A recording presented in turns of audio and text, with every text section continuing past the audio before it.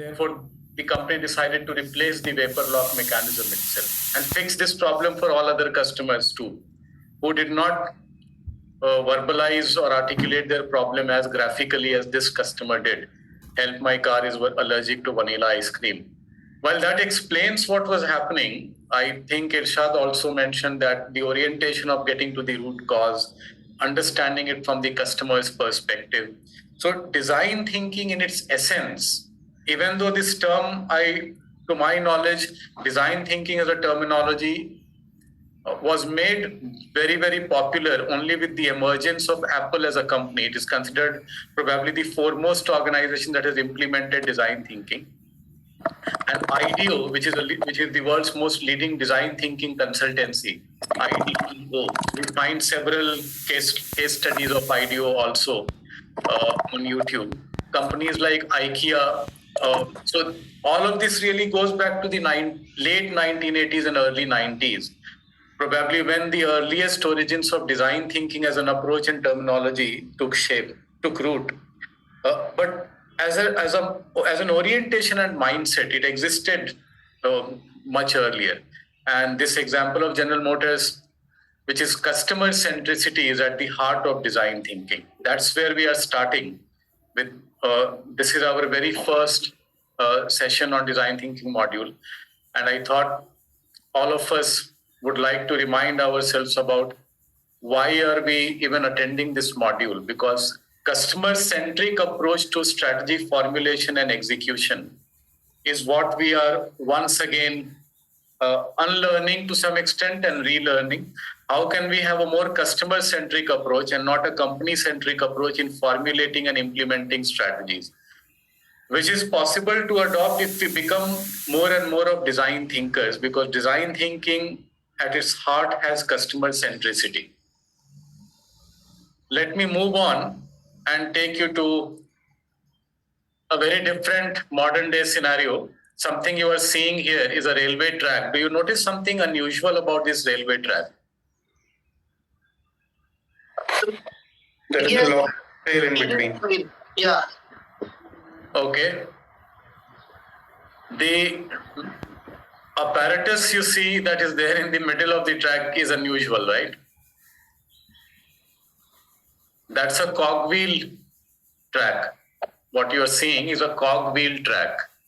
And this pic I clicked a couple of years back when I was in Switzerland. There is this very famous tourist spot, one of the most visited peaks in Switzerland, called Jungfrau, and Mount Jungfrau. So this train goes from Interlaken to a small, very scenic Swiss village called Grindelwald. And from Grindelwald, there is a cogwheel train that takes you to Jungfrau. And what do you think is the reason to have a track like this? Why not have your regular standard railway track? It helps in climbing steep inclinations. Very good, very good, yes. So how much of an incline do you think it has to be? Because the danger is that if the train is climbing on a steep slope like this, it might just jump off and derail. And that would be a disaster. More so for the Swiss and Germans, because they are known for their engineering precision. So they came up with a design to eliminate that risk entirely. That design is what you are seeing here. The middle track is a cogwheel track. So what do you think happens here? On inclines more than 18 degrees, 18 degrees is what was explained to me. I spoke to one of the train drivers who was operating a cogwheel train. And he explained to me that anything more than 18-degree incline is where such a cogwheel design has been used all across Alpine region.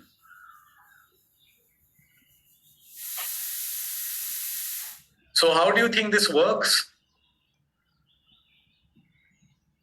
Anyone?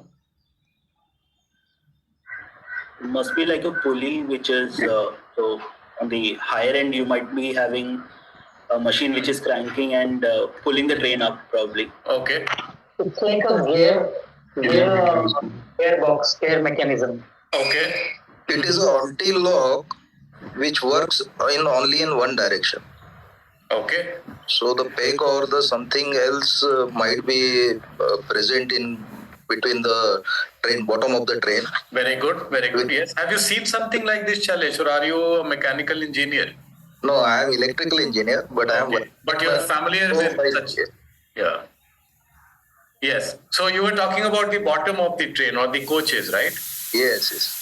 So what kind of a design is there? How are the coaches designed differently, as in the bottom of the coaches? From its exterior, the coaches have no difference per se. You would find that they look all the same, like a regular coach. But if you were to peer underneath the coach, that's where you will see there is a difference.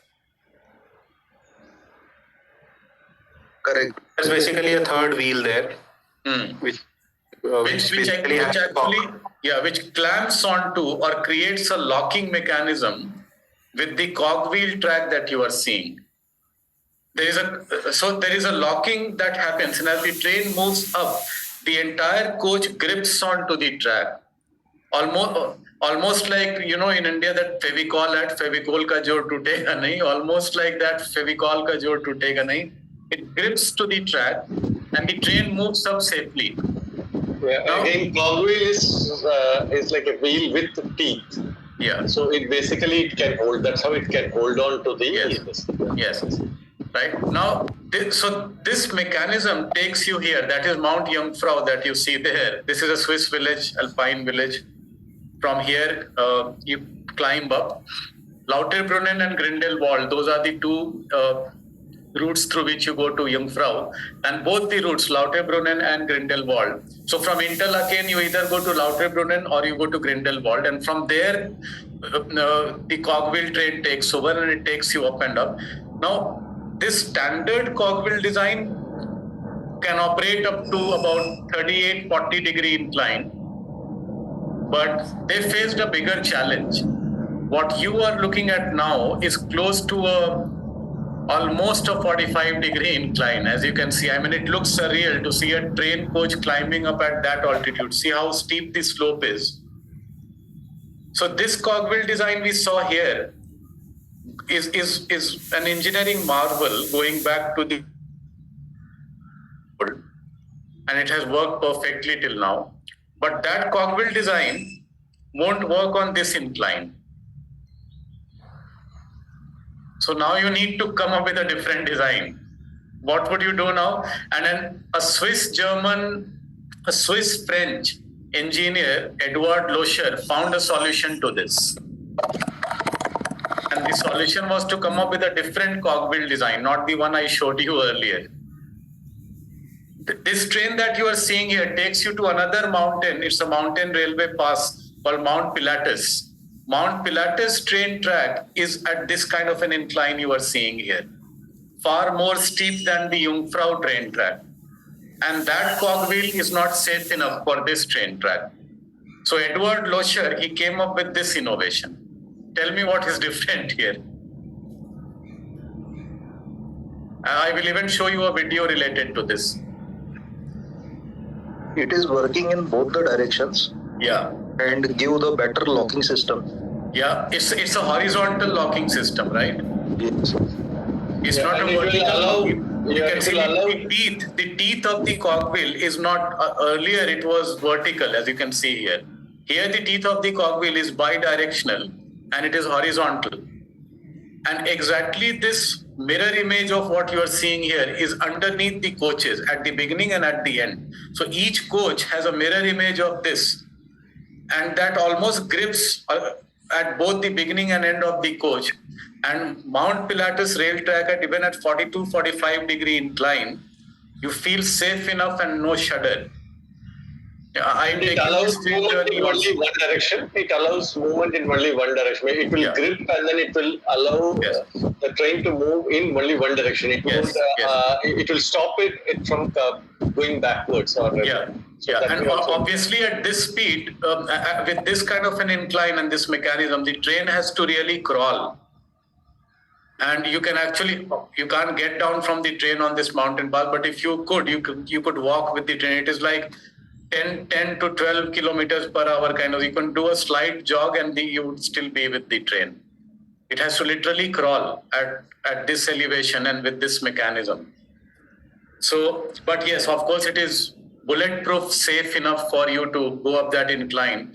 And touch wood, no accidents to date because of the design of rail tracks has been reported.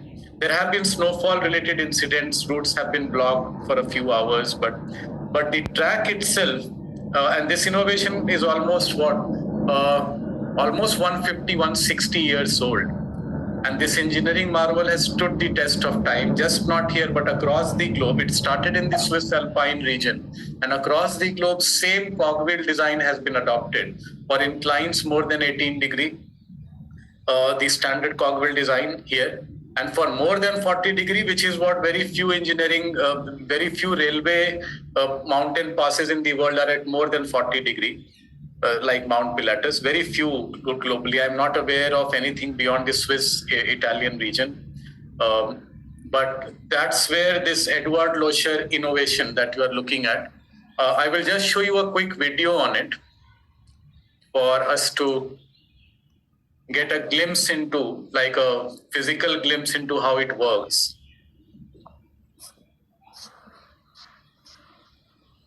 Give me a moment. So I'm just optimizing for playing the video.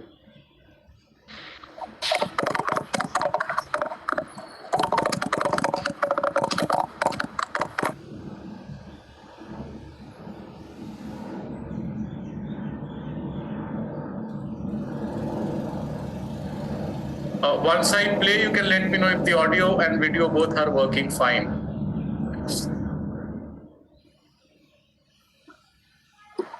The video is, the audio is not. Yeah, the audio I've just enabled. Did it fine now?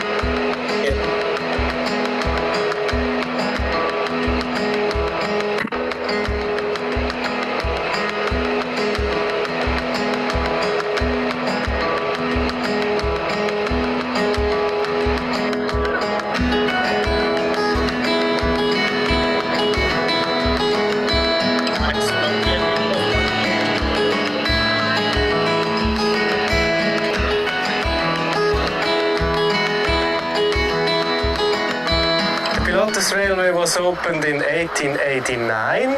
There were first steamed rail cars. It took over an hour to get up to Pilatuscombe. And then in 1937 the whole line was electrified. We had then the first electric cars, and now we have done the next step with the third generation of rail cars. The old cars were very mechanical based, and now we have electronic cars, and yeah, these cars are like a computer.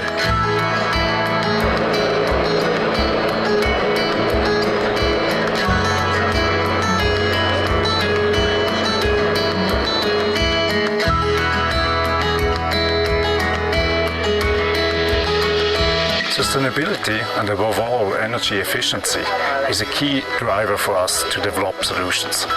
Look at this arrival. It's unbelievable how steep this is, and it makes me and my team really proud that we supply the solutions to enable a sure and energy efficient ride for the steepest cogwheel railway system in the world.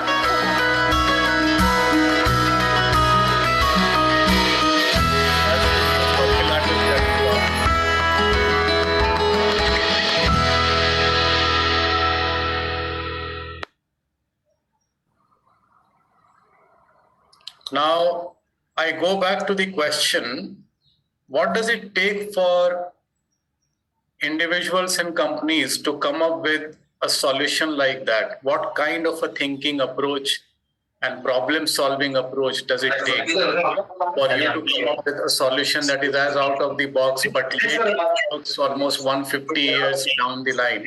Although the entire coach has become an electronic setup from a very mechanical setup earlier, underneath the coach, the tech has remained the same. It is the same bullock cart tech that was there 150 years back, and it has worked perfectly. That's the cogwheel design I showed to you.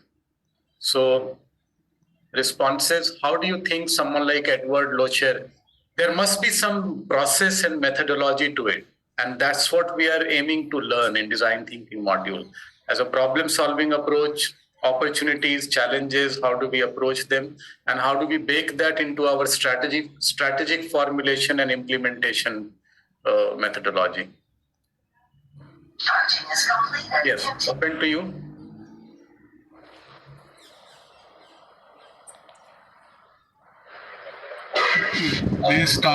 He must have started by first understanding the problem first, what problem they are facing.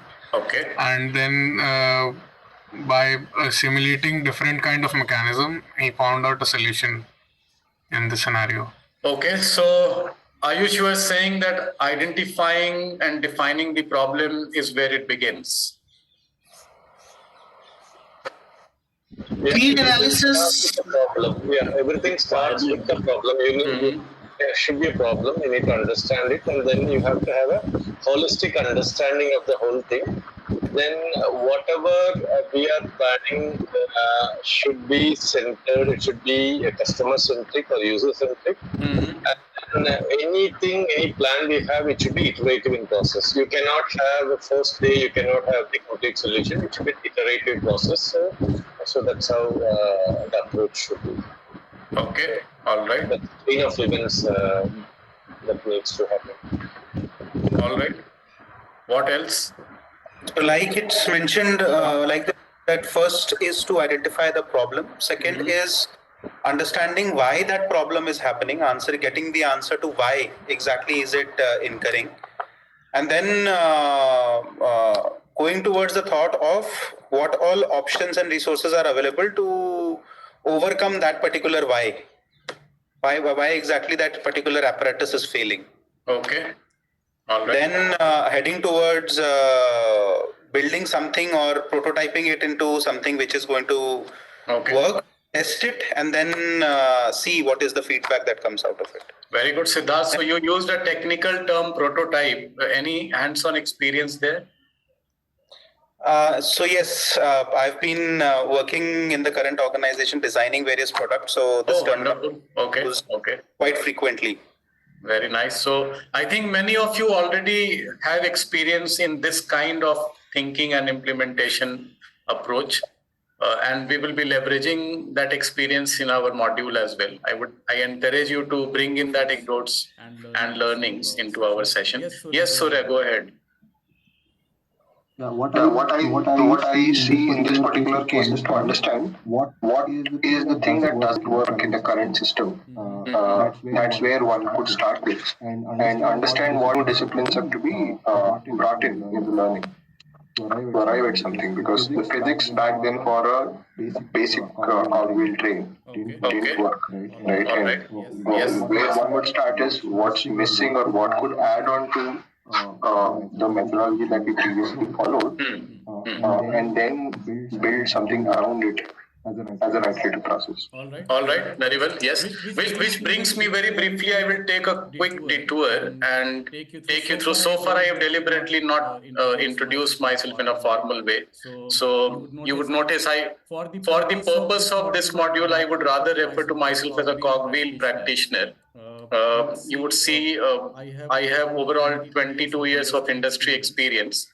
Almost 20, and then in full-time roles in corporate world. And my last full-time role was as head of strategy and corporate communication at V-Mart Retail, which is one of India's leading retail firms, as you may be aware. And in that role particularly, but even in my earlier roles, mostly in research and consulting, I worked with global clients, led global teams, and problem-solving approaches in across sectors very often required me to and my teams to collect a lot of data and information and help decision makers with complex decision making needs, where at stake were very crucial business metrics that matter to organizations. How do I increase my profitability? Will this product launch be successful? Should I even launch a new product? What is leading to the problem of declining market share? Why am I struggling with top line growth. All of these strategic questions that organizations grapple with, that's the kind of work I did in research and consulting for several years. By training, I am a hotel management graduate, which is a very unusual background given what I did in subsequent decades. But I was trained to be a chef, and I retain that love for cooking even today. A few times in a week at least, I can be found in the kitchen, engrossed in cutting, chopping, frying, baking, generally towards the healthier options. That's what I prefer, to cook and eat. After hotel management, I worked for a couple of years in the hospitality sector before I took CAT and was then the best institute for me then from where I got a call was IIM Lucknow. So I completed my MBA, the flagship program of the IIMs. That was in 2003. And my first job from campus was in pharma sector. As a hotel management graduate, that was a complete break or departure, a very, very different sector. And I was the brand manager for Hume Insulin, which is the world's largest selling insulin brand. If there is anyone working in pharma industry in this batch, obviously you would feel a bit excited about that background of mine. And then I moved to Ranbaxy, that was a corporate planning role. And then I moved to research and consulting, where I mostly work with pharma companies as my clients. Novartis and Roche were my two largest client accounts for several years. I switched jobs and moved organizations, and those accounts also moved with me. So which next to India, the country where I spent the maximum time working and living has been Switzerland. And I keep going back to that country because I spent a lot of time working with Roche and Novartis, both of which are headquartered in Basel in Switzerland. And then in more recent years, I joined a PhD program from the same alma mater, which is IIM Lucknow. That was the executive fellowship program. It ran in parallel with my corporate career for 6 years. So imagine the course that you have joined, several times of that in terms of time, commitment of time and effort you need to put in, along with pursuing a corporate career. I was in those two boats for almost 6 years. And with a lot of challenges along the way, personal and professional life sacrifices, I completed my PhD in 2020 at the peak of the first wave of the pandemic. 2021 is when I hung up my corporate boots on a full-time job, moved into academia, combination of entrepreneurship, academia, and I would say reflection, writing, contemplation, life in the Himalayas, all of that. You can see that there is, I am a trained yoga practitioner, Himalayan trekker, and chef at large. So that's about me in terms of sectors and domains. You would see it's been very cross-functional, cross-cultural, and diversity is a key theme you would notice across my entire experience and professional trajectory. So any questions, queries on this, I would welcome that, and then we get back to our design thinking journey. Yes, Kritika, you have a question? Hi, yes. I see, like you mentioned, a lot of diverse experience. What do you think was a common thread, or let's say a common theme across the industries that you work with? Let's say something as pharma and BFSI is so exclusive. Yes. So there's something called the transferable skills, right? Yes. What actually helped you in leveraging your skills across these industries? As I moved from one to a very diverse sector next. Okay, good question. You are making me think. I never thought about that from this perspective. What is it that was transferable? So when I think about it, Kritika, I would say the entire problem-solving mindset that I developed. I started in brand management even within pharma, then worked a lot with R&D scientists in Ranbaxy because that was a corporate planning and project management role. Brand management was more customer-facing, working with physicians, chemists, the entire set of distributors, everything to do with the front-end part of your pharma business. Then as I moved to research consulting and then to BFSI within research consulting, then to retail industry because my last full-time stint was in retail sector. thick and thin of retail sector in India. Got it. Problem solving mindset for sure, that there is a certain meticulous structured approach, like you would have seen consultants use in McKinsey. They call it the pyramid principle, Barbara Minto's pyramid principle, situation, complication, resolution, storytelling approach. So how do you formulate a problem? How do you develop hypothesis driven thinking approach, which helps you all across in any sector, in any problem solving situation? That was one. Secondly, I would say one transferable skill that has always been valuable is your ability to work with different teams, diverse teams, and lead, inspire, motivate, be a team member also, but also lead when it is required. That also was ingrained very early. So there is a lot of resilience you build in working. Like in pharma industry, when I started working in sales and marketing, I was in Saharanpur, Meerut, different parts of Kerala, and doing these sales trips, working with front-end sales executives, pharma sales reps. That's as rough as it can get in sales. Because chemists will abuse you from a distance when you are approaching their shop to collect data on what prescriptions are being written. You have a dozen pharma sales reps standing at a chemist shop or at a local physician who is very, very popular with that person's compounder or assistant outside. And you may be this hotshot pharma industry executive. You approach them with your sales rep and you will be abused from a distance. And at times they just won't be cuss words. They are like rough abusers because they are frazzled with so many people sitting on their head, all asking the same question. Doctor साहब ने मेरी पर्ची कितनी लिखी पिछले हफ्ते में? And can I meet the doctor for 5 minutes? Right. On one hand, you have that, and when I would come back to the head office, I was surrounded by IIT, IIM types all around, and presenting the findings of my field trip to the managing director Rajiv Gulati, who is IIM Ahmedabad, the 1982 or 84 batch. But it was, you were coexisting in two different worlds.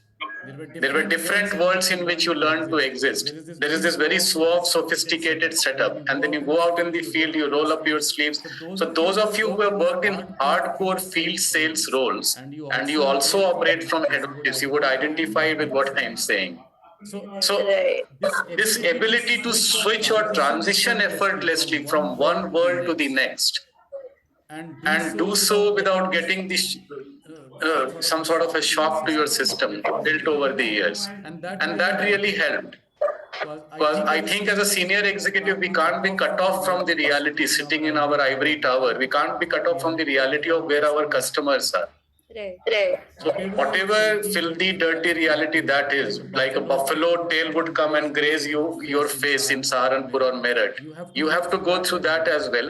And then I'm taking physician teams from India to attend a conference in Japan and living in luxury. You have to get used to that as well and traveling business class. I think this also is a transferable skill. Which is very valuable. This versatility you build in yourself to be in different work environments and team environments. And the third, I would say, Kritika, and with that, I will conclude my answer. The third, I would say, I have realized, because when I started working, it was the beginning of the 21st century, more or less. And now where we are, almost a quarter century has gone by. Some of you have 20 plus years of experience. You will identify with what I'm going to say next. I've realized the sheer inevitability of using data and a whole lot of information-based decision-making approach. So from being very gut feel and instinct-driven, decision-making in business has become more and more data-driven. And we have the luxury of access to such data today that we could not have imagined 10, 15 years back. I mean, who could have imagined that across the entire pharma decision-making life cycle, all of the data collection from what the physician is writing to what the customer or patient is consuming and how frequently, all of this has been automated in many countries already. Right. And this automation in collecting data has given you the power to take decisions that did not exist then. I saw it in retail industry, the most recent where I work, where in my role as head of strategy in that company, I had to implement data analytics architecture across the firm, where our point of sales terminals in 400 plus retail stores were connected way back to warehousing and logistics. And one T-shirt sold in a store, the inventory levels would be automatically adjusted and an order would be triggered at the warehouse. The next milk run, that T-shirt would be delivered to the store. So the inventory levels, predefined inventory levels as per the algorithm that was customized to each store, that in those inventory levels changing by season and seasonality and other variables would be readjusted. There is no human intervention here. The only thing you are doing is you are readjusting the algorithm every few months. Got it. Right. So these are the three big learnings I would say that are transferable. I found them to be transferable. Yes. Urmi Mala, go ahead. Sir, am I audible? Yes, you are. Sir, it's not a question, but this is the second class that I'm attending of yours. I had the fortune of attending a physical class of yours in IIM Lucknow. Oh, really? Yes, I'm from Roche. So. Oh, okay. See, so how it was okay. Roche storytelling session where you. Yes. Okay. So it's a pleasure to be your second class. I mean, it can't get more weird than this, right? Because you were talking about transferability, and here I bump into someone. So that was, I think, last year in September we met. Then around that time. Yes, sir. I remember that session. So there was a team of middle-level executives from Roche here for a few days. You were attending an MDP. Yeah. So that's where we have crossed paths. Nice to see you again, Urmi. Okay. All right. So let's come back to our design thinking exploration. So you can see that overall, from my end, I would attempt to bring in that orientation about how do we remain customer-centric in our approach to formulating and implementing strategies. And this is where overall in the course it fits in. What you are trying to learn from the program itself is how to be better in strategic thinking and execution. So you must look at design thinking module from that lens. How can it contribute to us becoming better strategic thinkers and be more meticulous and precise in execution? So that's the typical flow modules that you will cover. So I will just stay there for 2-3 seconds. You are largely familiar with the flow of the entire program. Urmi, do you have any further questions? Shravan, go ahead. Yeah, Urmi, please. Yeah, all right. Yes, Shravan, you have a question? Yes, I do have a question. Just now what we had, your hand is up, Shravan, which is why I am checking with you if there is a query. now is it good? Let's first get ourselves all aligned with what is it that you have by way of cases and readings, because I overheard some conversation that was happening just before the session started. You have been given some reading materials and cases. Is it clear to everyone how will the 4 sessions run? What is the overall trajectory of our 4 sessions? That is 3 plus 3 plus 3 plus 4. That is 13 hours of us being together in live sessions. And what's between any 2 sessions? Not very clear, sir. All right. Maybe not clear. Okay. All right. So that's an important thing. Then we must address first. Just give me a moment. I will. Sorry, this is first session with you, no? That's right. Yeah, this is our very first session.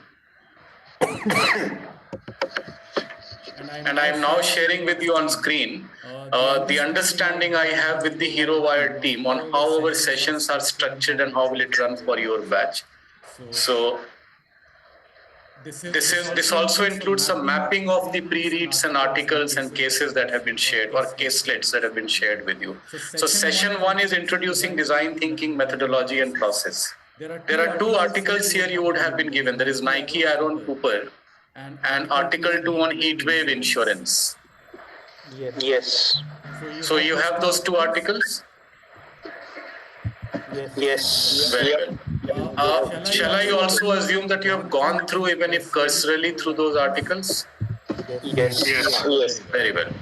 Okay, because the discussion that follows in a short while, we will draw upon what is there in those two articles and we will build upon it to move forward. There is a pre-read which is on adopting design thinking. I will show you what that pre-read looks like. It also has some video links at the end, which again we will use between this and tomorrow's session. This is the last page of the pre-read I am showing to you. Do you have this pre-read with you? Yes. Right? The first page has this title, Concept Note, Adopting Design Thinking. Yes. So I wrote this concept note and then collated a list of additional reference materials, but the concept note itself I created, and the additional reading list is given here, some articles and videos to watch. These are YouTube caselets. First 4 or 5 we will be using between today and tomorrow for our breakout activity. Very, very interesting breakout activity I have in mind, where one such caselet will be assigned to each team. We will probably create 5 teams of approximately 7 to 8 people each, and each team will be assigned one of these caselets, and you will get some time as a team to watch that caselet, develop your presentation as response to questions I will give to you. Same questions to all teams, but different caselets to each team. And then you will come back, all of us will come back in the main session, and each team will then present their findings or responses in about 5 to 7 minutes. So we will have this breakout activity if we get time today, otherwise we'll start that activity at the beginning of our session tomorrow. So let me now go back to the mail where we have all of this structure. So this is session 1 prep, articles, these two, and pre-read, which you already have. For session 2, which is practicing design thinking techniques and project briefing. Session 2 is where we will do another breakout activity. So between sessions 1 and 2, there are 2 breakout activities or one breakout activity split into 2. See, we keep that part flexible because with each batch, the amount of time you want to spend on Q&A and on discussion can vary. If I don't want There's a lot of background noise, Dr. Ranjan.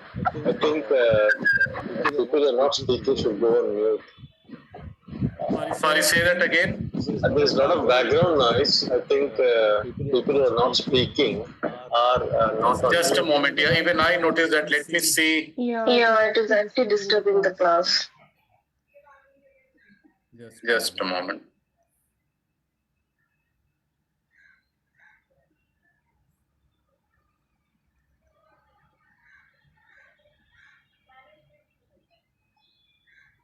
Is it better now?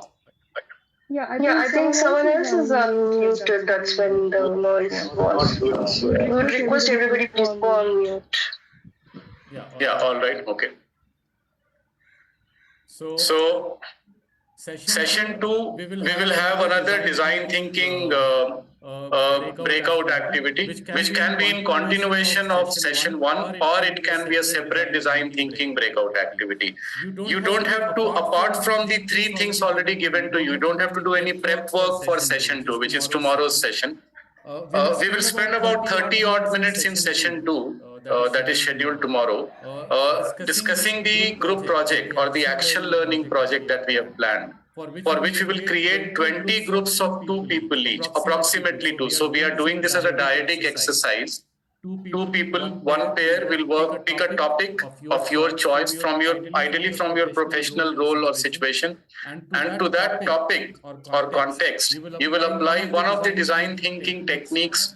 There are 10 tools and techniques we will learn, of which you can pick any one and apply it to that situation. And that becomes your ALP output, action learning project output. Session 3, there is a pre-read, a New York Times article, Uber's Cultivated Meat. There are 2 caselets, DMart Retail and Salesforce Ignite. Are you in possession of these reading materials as well? No, they've not been circulated. Not shared yet? Yeah.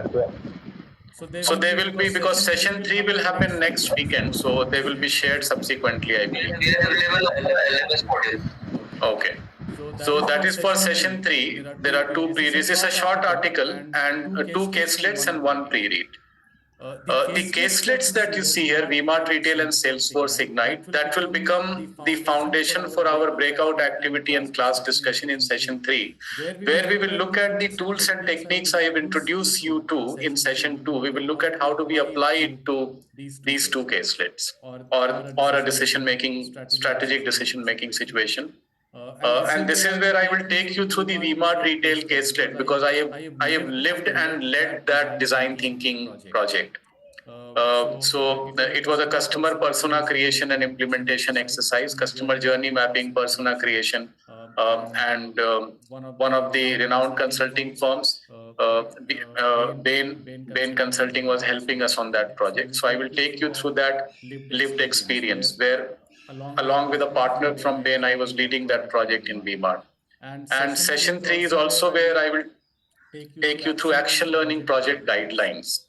So after session 3, the 4th session, for which you will get a gap of at least 1 week, is where possibly more than a week, where you will, for the ALP topic you've identified, in that pair which has been created, 2 people for each topic, you will work on that ALP project. And the 4th session is entirely about ALP presentation. So that's where you implement many of the learnings that you've gone through in the module by way of the ALP project output. That's the flow over the 4 sessions. The sessions 1 to 3 are 3 hours each, and because in the 4th session there are ALP presentations, it is 4 hours in duration. Any queries on this? You can ask me.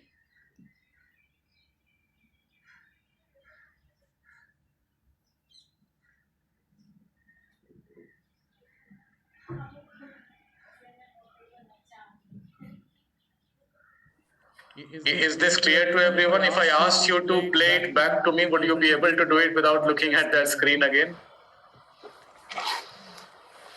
Someone wants to have a go at it? Okay.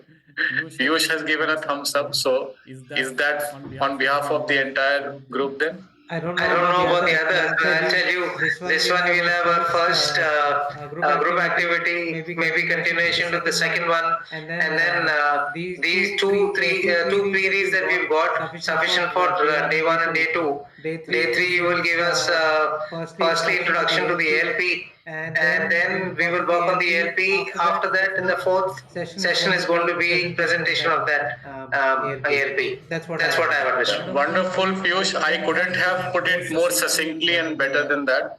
That's exactly how it is. But at any stage, if you have a clarification, okay, you can, in the session or outside of it, feel free to reach out. But I would prefer that you bring it up in the live session. Otherwise, it is routed to me through the HeroWired team. So on that note, let me go back to the 2 pre-reads for this session, which is Aaron Cooper, Nike, and Heatwave Insurance. What did you gather from those 2 readings? Let's have a bit of a freewheeling discussion around the kind of problems that you found those 2 design thinkers or design thinking situations were addressing, and what that problem was. How do you think the problem was identified and addressed? I can project those 2 readings on screen also if you want. Let's start with Nike and Aaron Cooper first.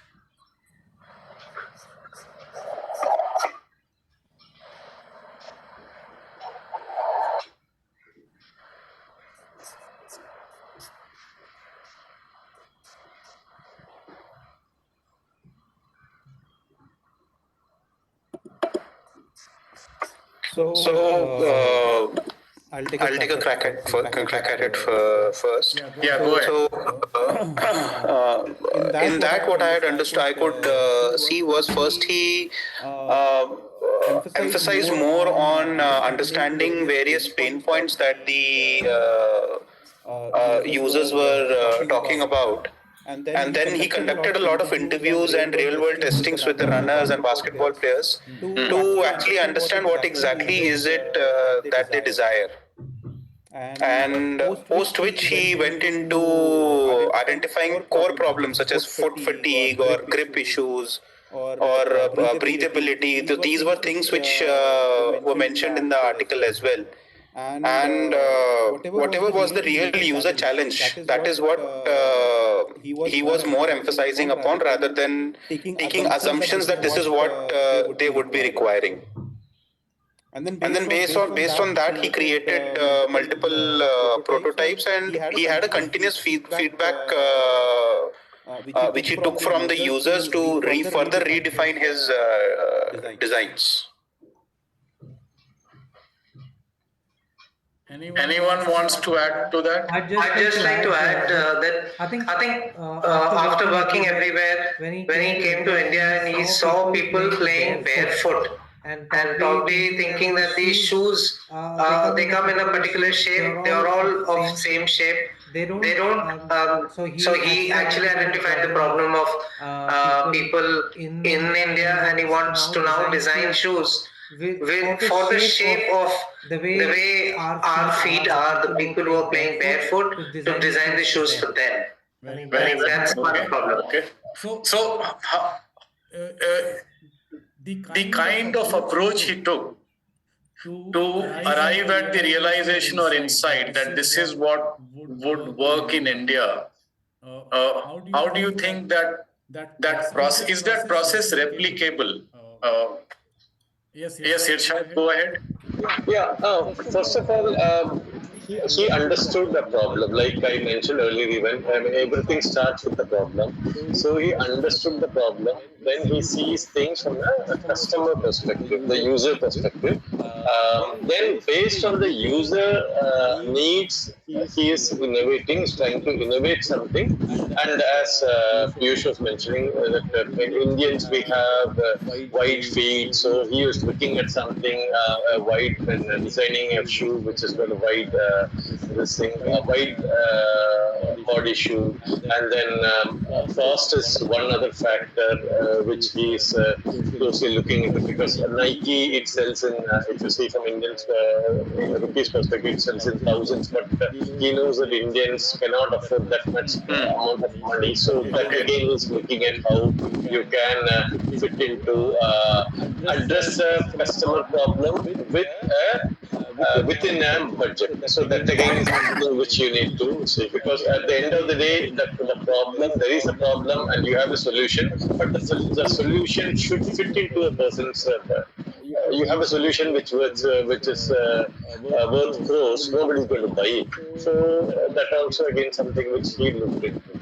And of course, they are talking about this iterative approach, how to fine-tune things, because you don't address all the problems at one go. You do an iterative approach. Those are things. Okay, very well. So very, very helpful, Irshad. And I know there is a lot of rich experience sitting here right under our nose in this batch. So anyone who would like to share on similar lines, if you have led a project like that or any initiative, Siddharth has been in product design for a long time. Many of you will have relevant, you don't have to be in product design, but any kind of opportunity or problem situation where your organization entrusted you with come up with a solution that was out of the box, required you to think along with the team, work towards a solution that was not in plain sight. Any such anecdote, very briefly, if you can share? That's like a parallel to the heat wave insurance or Nike Aaron Cooper mindset. Yes, Irshad, go ahead.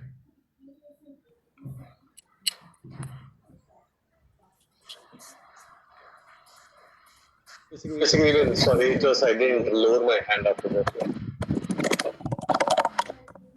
Yeah, Urmimala, you want to go ahead? Yes. Yes, sir. Just to share a problem which, specifically it came across COVID. Hello, am I audible? Yes, go ahead. Yeah, so during COVID, what happened is I've worked essentially in healthcare, and we had to deliver certain products in very remote areas. and it had to be delivered because there was time constraint as the patients or the end customer it had to be given at a very limited, in a very scarcity of time, and all the other protocols, or we couldn't do it through the different protocols. So what we did is I came up with the idea that during COVID times, of course, there will be certain we can collaborate with the government officials and create a system in which we can collaborate with them without not taking into we need to take care of the protocol system that was maintained. Maintaining that, we had ensured that the products reach to the remote areas, such as remote areas of Northeast, for example, in Aizawl or in Imphal or even further. So this is one solution which we came across. This was possible because I had a very innate idea and innate knowledge, geographical knowledge, as well as very good connect with the government officials. So this is how I could achieve that. All right. Okay. And so, what was your biggest learning from this that we can replicate in similar situations? First and foremost, to really pinpoint out and understand the issue, the solution, the problem.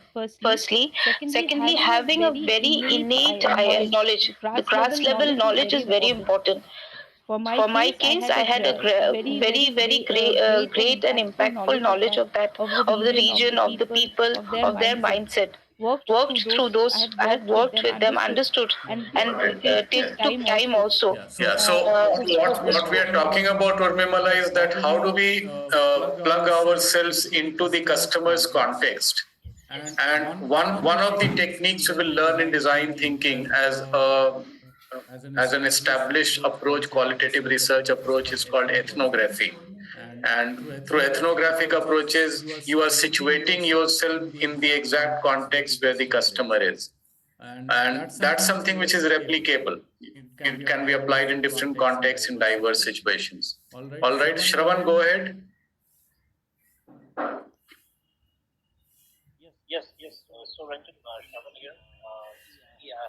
Shravan, can you speak louder? I guess there is some audio issue right now. I'm unable to hear you. Can you hear me? Can you hear me now? Now clear, yes. Go ahead. Right. So just want to make everyone aware that I've been recently. I have just completed one assignment for there's a program which is in our company, which is called as Contextual Master. Okay. So I have been recently Contextual Master. Okay.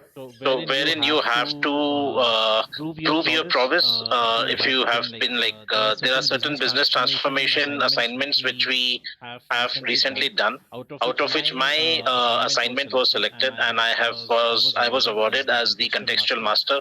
Got a lot of appreciations and recognition for that within the corporate. So that was related to the very small assignment, technical assignment which was related to the Canon Uniflow solution. So Canon, as we all are aware, is a very big multi-layer conglomerate, and they have spread it across global. They have spread it globally across these sectors. So while working for one of the transition of Canon Uniflow solution, they have these printers and they have these smart scanners, wherein the customers of the customer base which Canon has in Norway and Finland. If I talk about the Nordic countries, if I go into the Nordic region, so for Norway and Finland, the customers have been facing some challenges wherein they were not able to implement the smart solution for the prints and the scans. And they wanted us to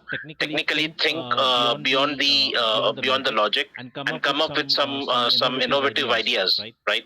So what we did is we completely gone into the traditional way of IT infrastructure. We have read it, how it works. So we just I just noticed some of the flaws in that particular method, in the way of working of the printers, and we transformed something very good which was really appreciated by the customers. We have implemented the solutions which were more inclined towards the cloud engineering.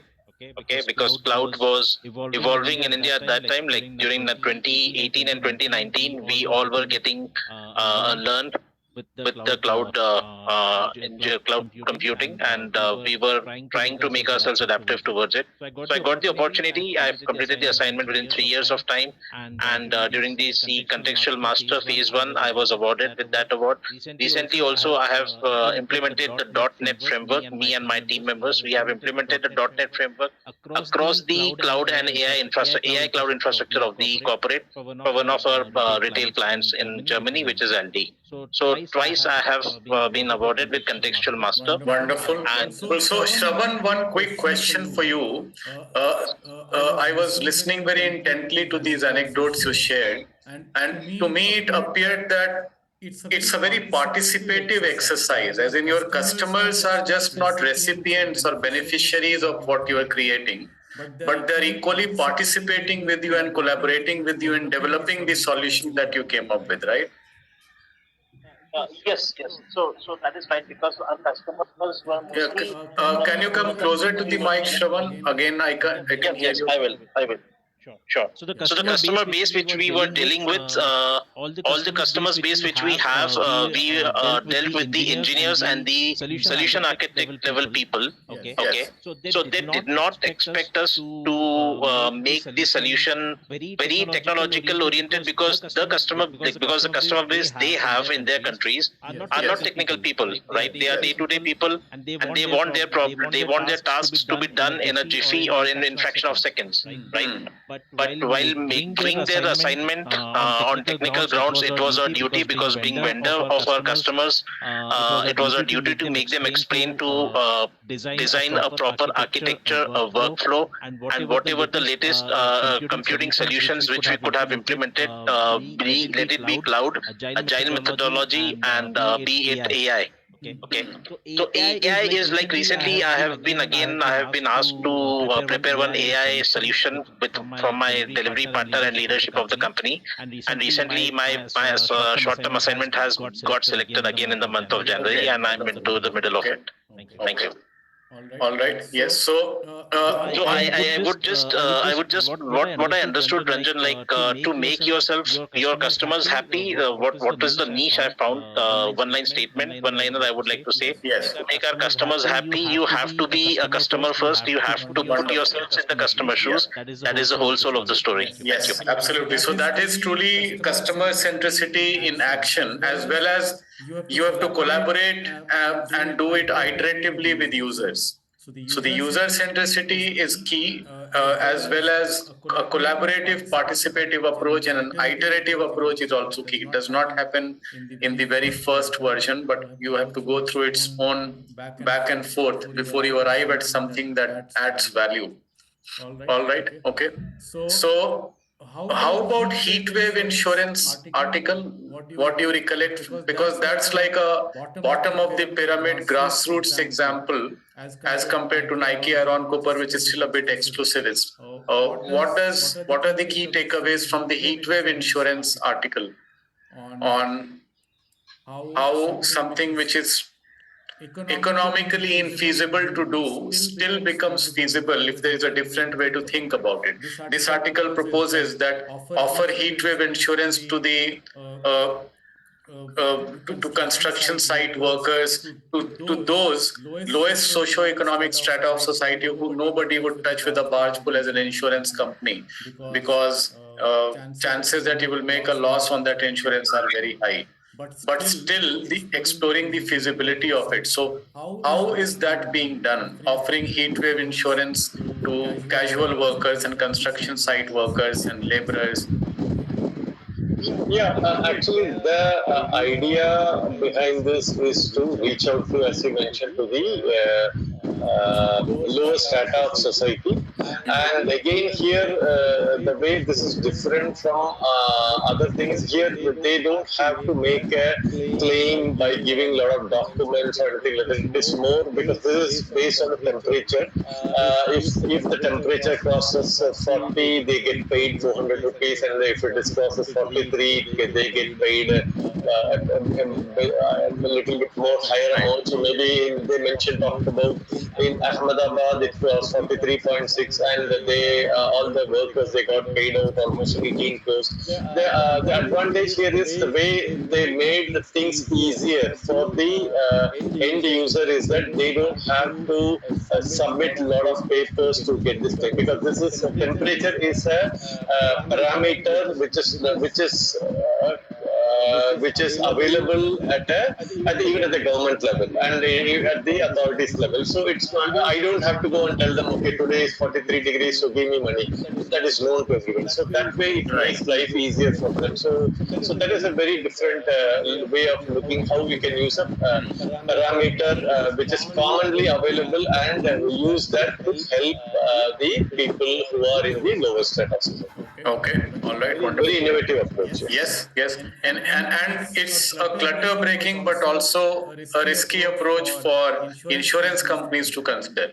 But this organization is trying to develop a business case for insurance companies where they may find it commercially viable to offer heat wave insurance to that strata of society where the likelihood of that event happening and therefore the insurance claim to be paid, the likelihood is very high, but their ability to pay and service the premium is negligible. All right. Any other insight anyone wants to share from the two articles? While you are thinking about it, I've shared 5 links in the chat window. These are 5 YouTube caselet links. Yes, Saurabh, go ahead. Yeah, I will rather focus on the challenges on the heat wave part. I think one is awareness, like ensuring that women in remote areas are also informed about the insurance, right, and understanding how to enroll. And also, as you mentioned, the affordability. If the premium is low, I think then poorest to labor can participate, right, without any financial strain. And then making up a reliable system to monitor the temperature and distribute the payout promptly. So these are few challenges that should be addressed.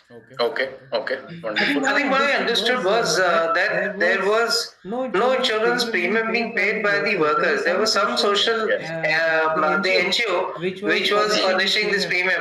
And that's exactly what I don't understand here is that how did it work? Maybe everything is not there in the article. But that's what I have understood, that the insurance premium was being serviced by somebody else, but the beneficiaries were individuals, and so they did get benefit from the heat wave insurance. Right. So it's very much of a social experiment, just like Modi government introducing healthcare for all, minimum insurance cover available to every Indian. That has never been attempted or thought about in the past. It's a social experiment, but its commercial viability for insurance companies is very, very nascent days yet for us to confirm or deny one way or the other.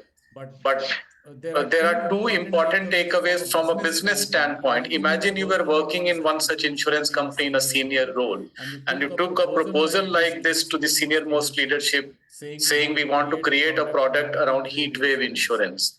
There will be a dozen reasons found and more about how this can be shot down, a harebrained idea like this, right? But then someone comes up with the question that why can't something which at the first glance seems so idiotic be made viable? So this, I would say, anti-establishment, clutter-breaking thinking is intrinsic to design thinking, because while someone would be saying, no, this is not possible, a design thinker would stand up and say, how can we make it possible?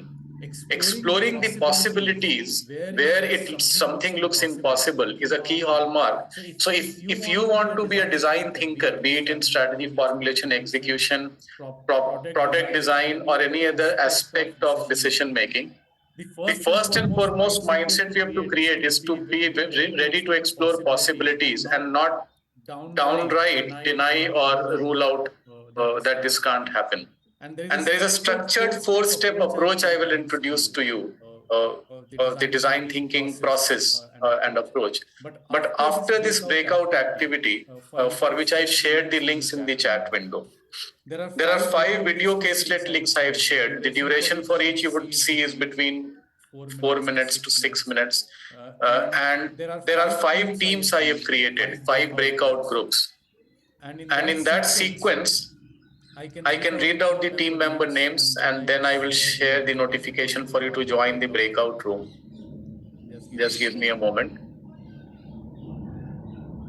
So in group 1 and therefore in room 1, group 1 gets the Alibaba Homa, the first caselet, Ayush, Bhamik, Kritika, Kuntam, Pallavi, Piyush and Sudeep. That is group 1 with Alibaba Homa. That's the first link in the chat window as your assigned caselet. Group 2, Jayaraman, Deepti, Kapil, Shilpa and Sirazul. Group 3, and that is topic 3. Group 2 takes Arvind Eye Hospital. For group 3, it is Abhishek, Avinash, Dheeraj, Ravi, Shailesh and Sharad. And that would be the IKEA group, the story of how we work, the third caselet. Group 4, Irshad, Jay, Saurabh, Tarun and Urmimala. That would be how this electricity-free refrigerator, how this electricity-free fridge saved an Indian ceramics factory. This is the story that you have been assigned. Mitti Cool is the name of this company. You might have heard of it. And group 5 is Detroit Airport. There are 2 links, 2 videos to watch there for group 5. One of 4 minutes and the other of approximately 3 minutes. So total still aggregates to about 6-7 minutes. Detroit Airport implemented a couple of years back this very fascinating technology called parallel reality. So very different from virtual reality. Parallel reality or and virtual reality, augmented reality, very different from those you might have heard of. But parallel reality technology they have adopted and implemented, which is what this video describes. Now, what I want the 5 groups to do, group 5 we have Ankit, Narendra, Vishnu, Shravan, Siddharth and Surya. So all the groups are clear about the assigned caselet 1 to 5. All right. Now, I will give you 30 minutes as a group to have this discussion around 2 questions, which I am copy pasting, and also I will show it to you on a slide.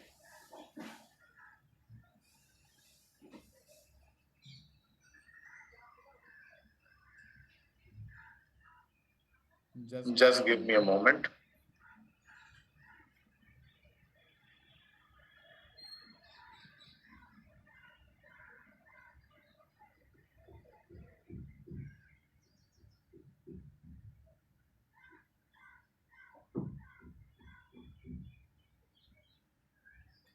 These are the 2 questions that I have shared in the chat box that each group has to address for their assigned caselet, and for which you have 30 minutes. What I would recommend is a 3-step approach in each group. Step 1, individually spend 5-7 minutes to watch the video caselet assigned to you individually. And then as a group, have this discussion around these 2 questions. The first question is, what characteristics of design thinking could you identify in the video case? For instance, we discuss user centricity as a characteristic. We discuss iterative approach, that you don't get to the solution in the very first go. There is a back and forth happening between users and the design thinker. So iterative approach is another characteristic. So can you identify some more characteristics of design thinking approach through the video assigned to you? And the second question is, what customer discovery insights would have contributed to the design? For instance, we were discussing about Aaron Cooper at Nike and Heatwave Insurance. Earlier we had some discussion with Urmimala, and where we were looking at anecdotes. Irshad shared 1 or 2. We were looking at anecdotes around how do you arrive at a solution which is a user-centric solution. So what I would like you to answer as a group for your assigned caselet How do you think this company or this design thinker arrived at the specific solution that has been described in the caselet? What customer discovery insights could have contributed to it? For instance, with Aravind Eye Care Hospital, that is the caselet assigned to Group 2, you will find that they pioneered something which they christened as needless blindness, which means blindness that does not have to exist but is there. Needless blindness. That segment itself did not exist. As a solution, they pioneered it. That people who did not have to be blind, they are blind, and that should not be the case. So, and they targeted the poorest of the poor to address that specific problem. How they went about addressing it is there in the caselet. So the question is, how would Aravind Eye Care have stumbled upon this problem area, needless blindness, and that we are going to cure or address this? What kind of customer discovery or patient discovery insights would have enabled them to do so? Likewise, for each assigned caselet, I would like the teams to come up with 3-4 such observations around what customer discovery insights would have led to the design of that solution. Those are the 2 questions. Are we all clear about what we have to accomplish in 30 minutes? All right. When you come back to the main session, I will set the clock at 30 minutes and I might be flitting across groups. Just come in silently, see how it is going and go to another group. So I'll be a guest visiting the discussion rooms briefly. After that, about 5 to 7 minutes per group to present. So that's about another 30 minutes. That gives us time till about 5:30. We are looking to wrap up. Yes, Piyush, go ahead. I was just requesting you would take a 10 minutes break in between and then continue. Absolutely. So we make it 40 minutes then, right? Let's do this. We start with a break of 10 minutes and then I count 30 minutes. Is that acceptable, right? So I will count 30 minutes from 4 p.m. It is 3:50 right now. And I'm just clicking on sharing the group. I've already shared the links and the 2 questions. So you will get the group notification. You can join and go to your meeting room. But I will start the clock countdown at 4 p.m. 4:30 is when the meeting room will end and you will be back in the main session. Okay. And Ranjan, do you want any kind of slide to be prepared? That is entirely up to the teams. You can have a slide, you can use the whiteboard if you want, or you can do it orally. But try to have a very structured approach to addressing these 2 questions and pepper it with. I would recommend that one person in each group in the meeting room when you are there, open a Word doc at least, if not a slide, and have at least some sort of a summary generated from your discussion. Right, so that you have very structured 5-7 minutes to present and share your thoughts, and therefore all of us benefit from it. Each group is presenting on a video that other groups have not seen. So I would suggest that when you start your presentation, very briefly introduce what the solution and context was, and then get to addressing these 2 questions. You can do it on a slide, you can do it on a Word doc, just bullet point notes, or you can do it orally if you want, or use the whiteboard, entirely up to you. Gotcha. Okay. So give me a moment. I'll just initiate the 4 groups. 10 minutes of break and then we start the countdown of 30 minutes.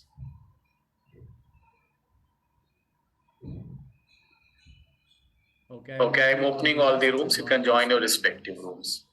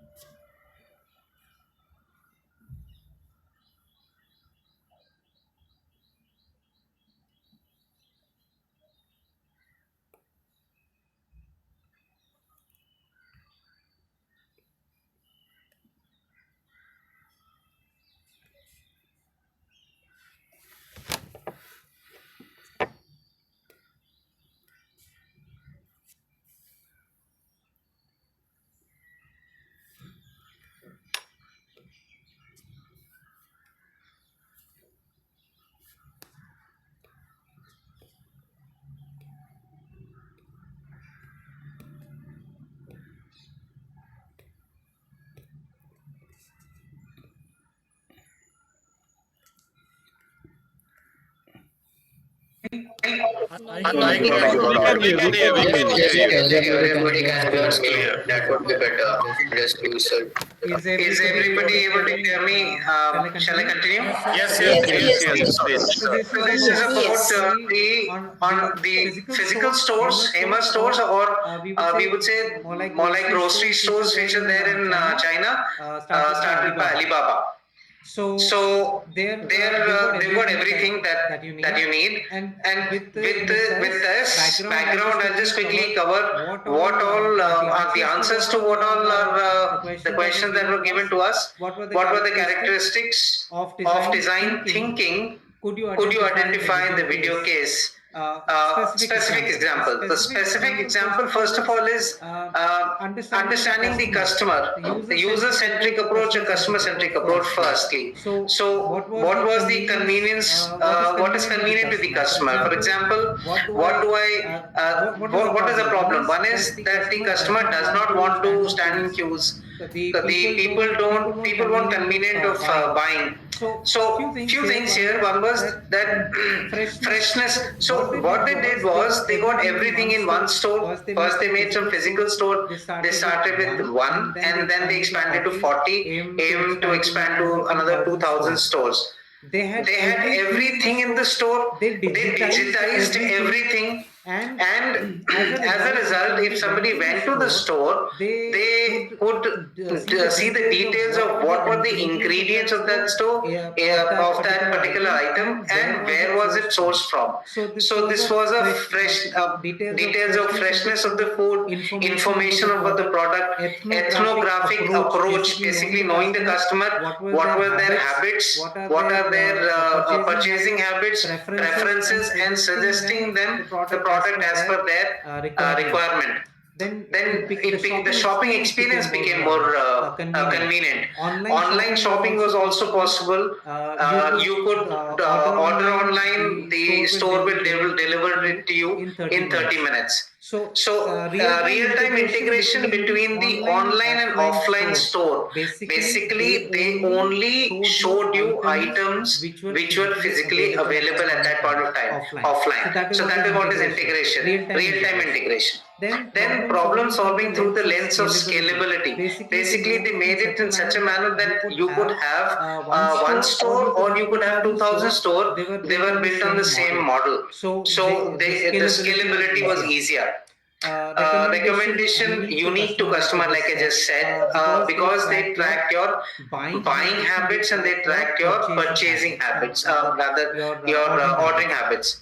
Option to get your food cooked, yeah, that's very important, because if you did not want to take that big crab, king crab home and cook it, they had chefs over there who would cook it for you and you could eat it over there. Now use app to check out the order. Yeah, I mean, like I said, we in India are pretty aware of these apps now. This is a little probably an old case study, but we have our own case studies of delivery in 10 minutes. In fact, you order in 5 minutes later your bell rings. Anyway, to continue, what customer discovery insight would have contributed to the design? Okay. What were the requirements of the customer? Like I said, long queues at supermarkets in the US, making it tedious. Fresh produce. We did not know that whether the items were fresh or not. So in this case, each packet had a number on it.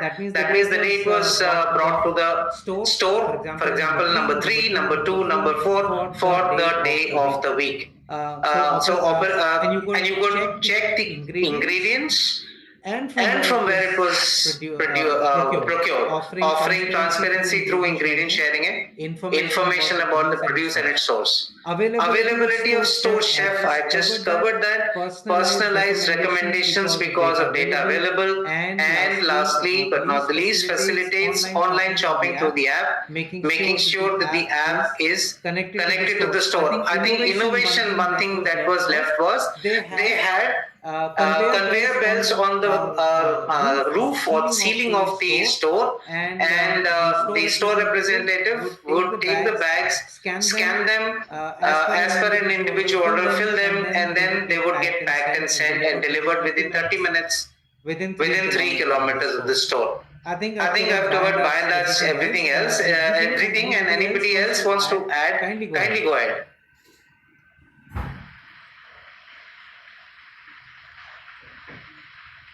I wanted to add one thing in this.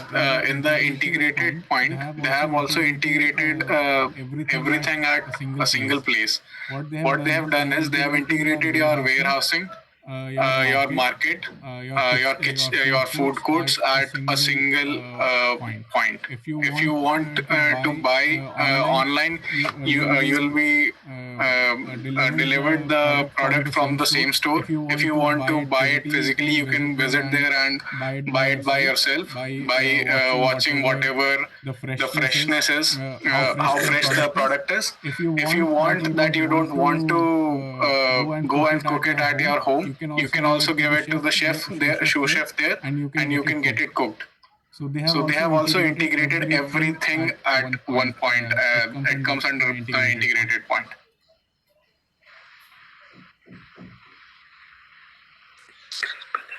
That's all, Dr.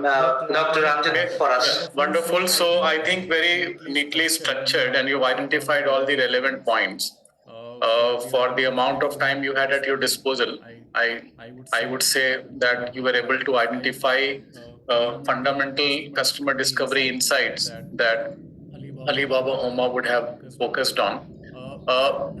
What did you notice about their revenue model and business model design, how they've gone about it? If you think from a strategy perspective, questions like, is the revenue model scalable? Is the business model scalable? And will we be able to generate traction for it as we expand geographically? Is it viable for us commercially? In the sense it may be scalable, but is it profitable? So if you had to think of, later on I'll introduce you to this term called design thinking criteria. If profitability is a criteria, scalability is a criteria, affordability is a criteria. So what kind of design thinking criteria do you think would have prompted or motivated Alibaba Oma to come up with a business and revenue model design that you witnessed here? Can I go ahead? Yes, go ahead, Kriti. Right. So I think the business model, or the fact, the structuring of the entire thing, which is doing the B2B, the warehousing bit also, targeting the direct deliveries as well, and providing an experience for the B2C users as well, and keeping the inventory, real-time inventory in check, actually is a scalability criteria for the business model, I feel, because the modular thinking in which they put all the modules of a food delivery system and then can replicate those modules facilitates to the scale as well as revenue, because they're covering all the business units, all the revenue streams within their ecosystem. I think what I felt was that putting it, digitizing it, and making it one of the first stores to be digitized and put it online made it much more easier to sell revenue-wise and scalability. Okay. All right. Yes. They have reduced their overhead by integrating technology here. Very good. So they re-engineered the traditional cost structure of grocery retailing. Yes. Coming and innovations. Probably what they are playing on is the volume they are selling. At what volume they are selling their products at. Right. Higher the volume, higher the profitability of this. And there are multiple revenue models interlinked with that one location. There is the online business revenue. There is the in-store revenue. Within in-store, they have created an entertainment and a food and restaurant zone, a community feeling for shoppers. Yes, go ahead. Also the less inventory, because they are selling with the fresh food, so maybe they're working on the inventory part as well. Right. So I have a question on the physical, let's say, investment part. Because the area of the store, plus the kind of supply chain solutions that you need to have, plus the digitization project, right? The digitization product of the entire thing. I would want to understand what would be their return of investment model? Like, would it be a few years down the line, or is it directly comparing what you've invested to what you get in return, or is it creating opportunities and brand awareness so that it becomes a popular way to shop? I would love to understand that. Okay, so Kritika, as I understand your question, you are talking about is it a short-term commercial viability the company should focus on, or is it a long-term brand and concept they establish, not bothering much about immediate or short-term profitability, and over time? How did they strike the balance? Because to me, it is a brand initiative where they're introducing a new concept. It's the concept they are establishing, yes. Exactly. It's a concept store. Actually, the video that you saw is that of a concept store. By now, Alibaba Homa has expanded extensively across China. When they trialed it, it was a novelty, it was a concept, and I think earlier prototyping as a word was mentioned. And so what they were doing here was a prototyping, a test case, and when they got evidence that yes, this can scale up and be viable commercially, that's when they committed more resources to it. Now the approach, Kritika, here would also depend on if you have deep pockets or not. Correct. Or for a company like Alibaba, they can play this long game. Right. Where they can go on incurring capex for several years without bothering about what the P&L looks like. Right. So the PL&L can go on bleeding money, but their parent entity will fund this concept for several years. Because you have the proof of concept in the form of the prototyping as well as the hypotheses that they did the experiment. If you look at where Reliance Retail stands today, their parent entity, all of the cash cow surplus they were generating from their petrochemical business, they use that to fund their new businesses for several years.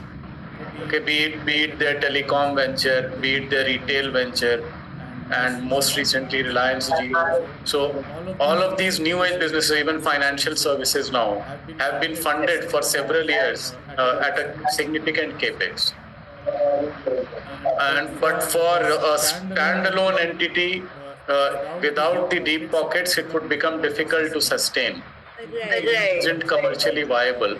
So your priorities will depend on how much is your ability to sustain yourself without making profits. For how long can you do it? Got it. But eventually, yes, the moment of reckoning will come. Eventually, you have to establish the commercial viability. Even a behemoth like Reliance would ask that question: that when is it going to generate cash for us?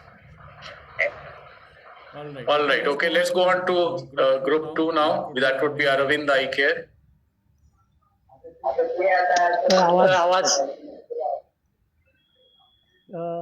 Yes, team.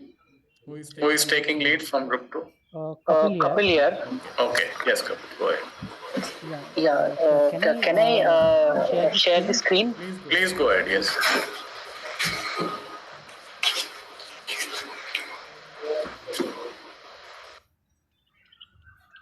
Yeah. So the topic that was given to us was the Aravind Eye Care Hospital. So after going to the video, we prioritized the approaches for design thinking. So the primary objective here was user-centric approach. Then innovation solution, iterative approach, and integrated system.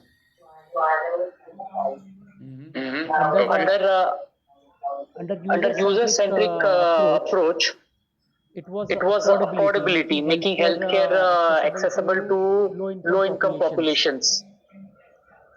Then they were creating an awareness. They were creating awareness among the people residing in the nearby places, nearby villages. And due to this user-centric approach, down the line, Aravind became profitable with 5 more similar hospitals.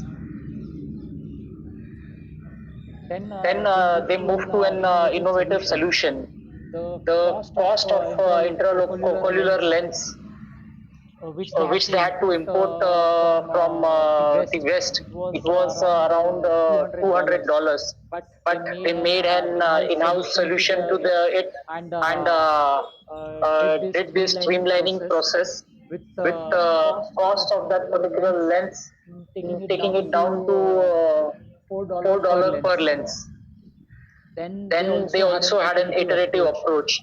So under iterative approach, as they had an idea of having a franchising model, so they were trying to implement the McDonald's franchising model and replicate it for the healthcare industry. So under this particular franchising model, they were hiring the staff, or they were recruiting people for their hospital staffs.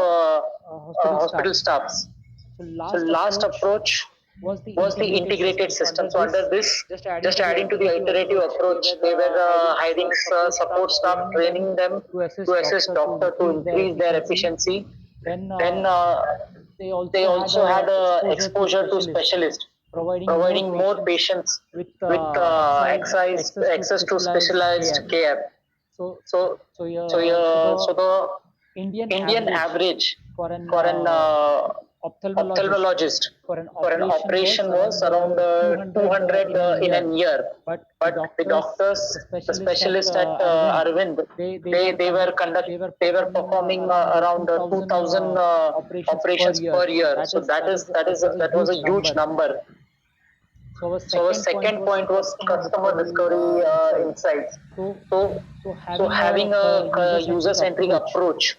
So that helped them to build the customer discovery insights. So they were facing problems like blindness due to unaffordability. So the people around that particular area, they were having financial challenges, and they were ignoring due to lack of finances. Ignorance is one of the things that they were not considering it seriously. So what they did was, the free and affordable solutions were provided. So what they did was they set up the free camps, and through those camps they were doing the initial screening, and after that, if the further treatment was required, they were getting those patients to the hospital for further treatment. And though that treatment also was very much affordable, as they never kept a criteria of you have to pay first and then only we treat you. So their approach was, let us do the first let us first do the service, and if they want to pay, they will pay it, and if not, then we'll accept as it is. But due to this approach, and the patients there that were paying for the treatment, it was covering the cost of people who are not able to pay. And this particular approach helped them to grow in numbers in terms of their number of hospitals. So, I think there were 5 hospitals which they came up. That's it. Anyone from group 2 wants to add something here?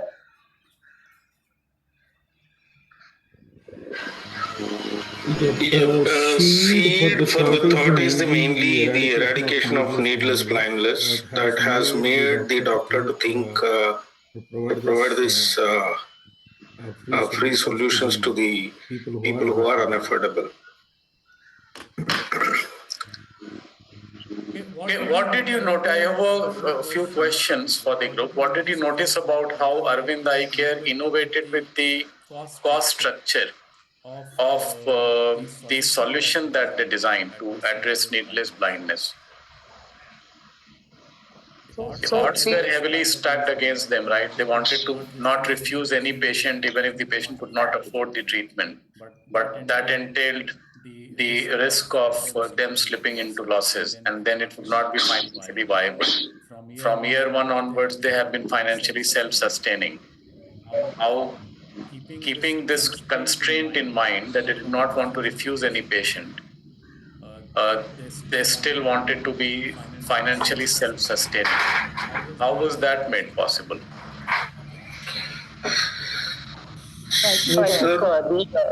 Please.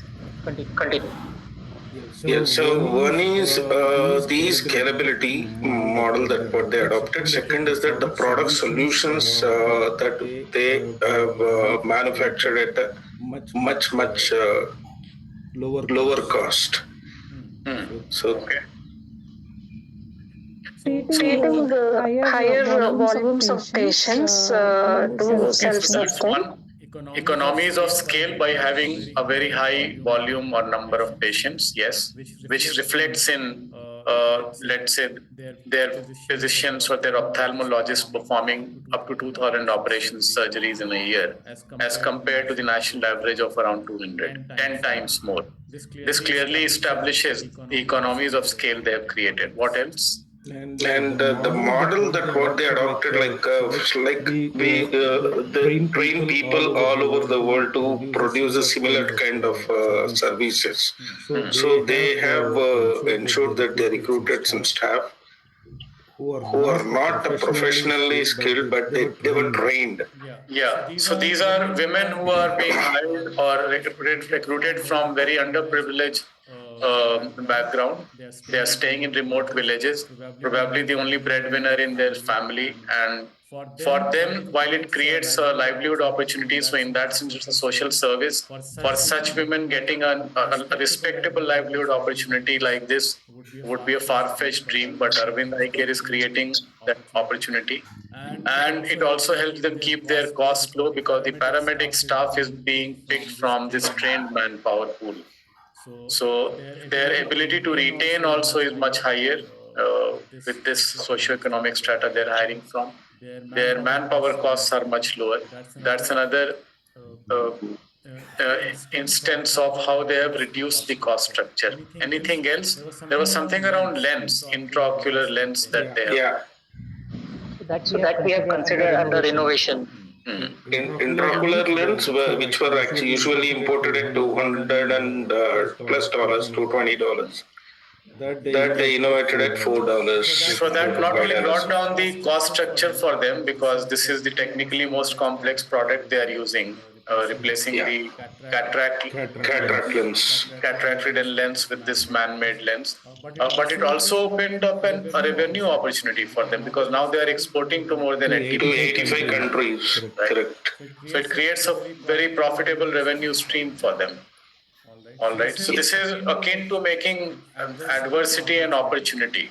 Something we read about in textbooks. Arvind Eye Care has implemented that by converting an adversity, which is very high cost of lens to be imported, into an opportunity for their business. Anything else? How are they identifying patients? They've talked about it in the video. How are they identifying these patients who are very often unaware that their blindness can be cured? So it is needless blindness, but the patients themselves have resigned themselves to their destiny for being blind for the rest of their life. They're not aware that this is needless. It can be cured. By organizing eye camps and identifying patients from there and bringing them to the hospitals. Yes, so this is like the proverbial Muhammad comes to the mountain. In this case, the mountain is going to, basically the solution provider is going to where the problem is, and not that patients are coming seeking for Arvind Eye Care. That also would be happening because word of mouth has spread far and wide. Sir, one more thing, doctor was aware that 80% of these cases can be curable. Yeah. They are needless. So the success rate itself will promote it. Yes, right. The word of mouth will spread, it would go viral. But they are setting up these mobile clinics and camps through which they are doing a patient recruitment drive. It also doubles up as a recruitment drive for future paramedical staff. So through these mobile clinics, they are also spreading word about Arvind being a recruiting ground for women who are aspirational and who want to build a source of income and potentially a career for themselves in the healthcare segment. Sir, I would like to add one more point. Yeah, Ranjit. That has become it's like a training for a lot of doctors who are because in medical mainly the doctors need to get they will get expertise only in doing more number of operations. That has become over a period of time. It has become a training volume of surgeries they are performing in a year creates a training ground for all of these ophthalmologists, the young ophthalmologists particularly. So it's in a way a service to the nation also, because these ophthalmologists get well trained through the rigorous practice they are getting in performing a certain number of surgeries every week. All right. So we have identified these individual instances very well in this group. Try to bucket that into specific themes. For instance, there is a theme of being frugal. Frugal innovation is a theme we can see very clearly. So that's one characteristic of design thinking, that it is not necessarily resource intensive. I mean, Apple way of doing it is one approach to design thinking, that you come up with a clutter breaking product that requires billions of dollars in investment like an iPhone, and then it is the longest serving product in human history, where we are at the 15th or 16th version or upgrade of that iPhone that was launched in 2007. And 16 years down the line, it is still going strong. 17 years down the line, it is still as popular. That's one way of looking at design thinking-led innovation, which is an expensive model. It is a resource-intensive model. And the other is polar opposite is the Arvind Eye Care way of looking at design thinking. In the Indian context, when we are looking at glaring socio-economic inequities, something like a heat wave insurance, that article we discussed earlier, and Arvind Eye Care approach can throw up very lucrative business opportunities for what we know today as social entrepreneurs. So such social innovations address grassroots problems for the downtrodden, for the masses who can't afford these services. And in doing so, you build a profit-making business. All right. So that's so like that. What I meant is, for each of the three remaining groups, also try to identify these buckets or themes. Those are the characteristics of design thinking that each of these video case studies can bring out. Okay, let's go to group 3 now. Thank you.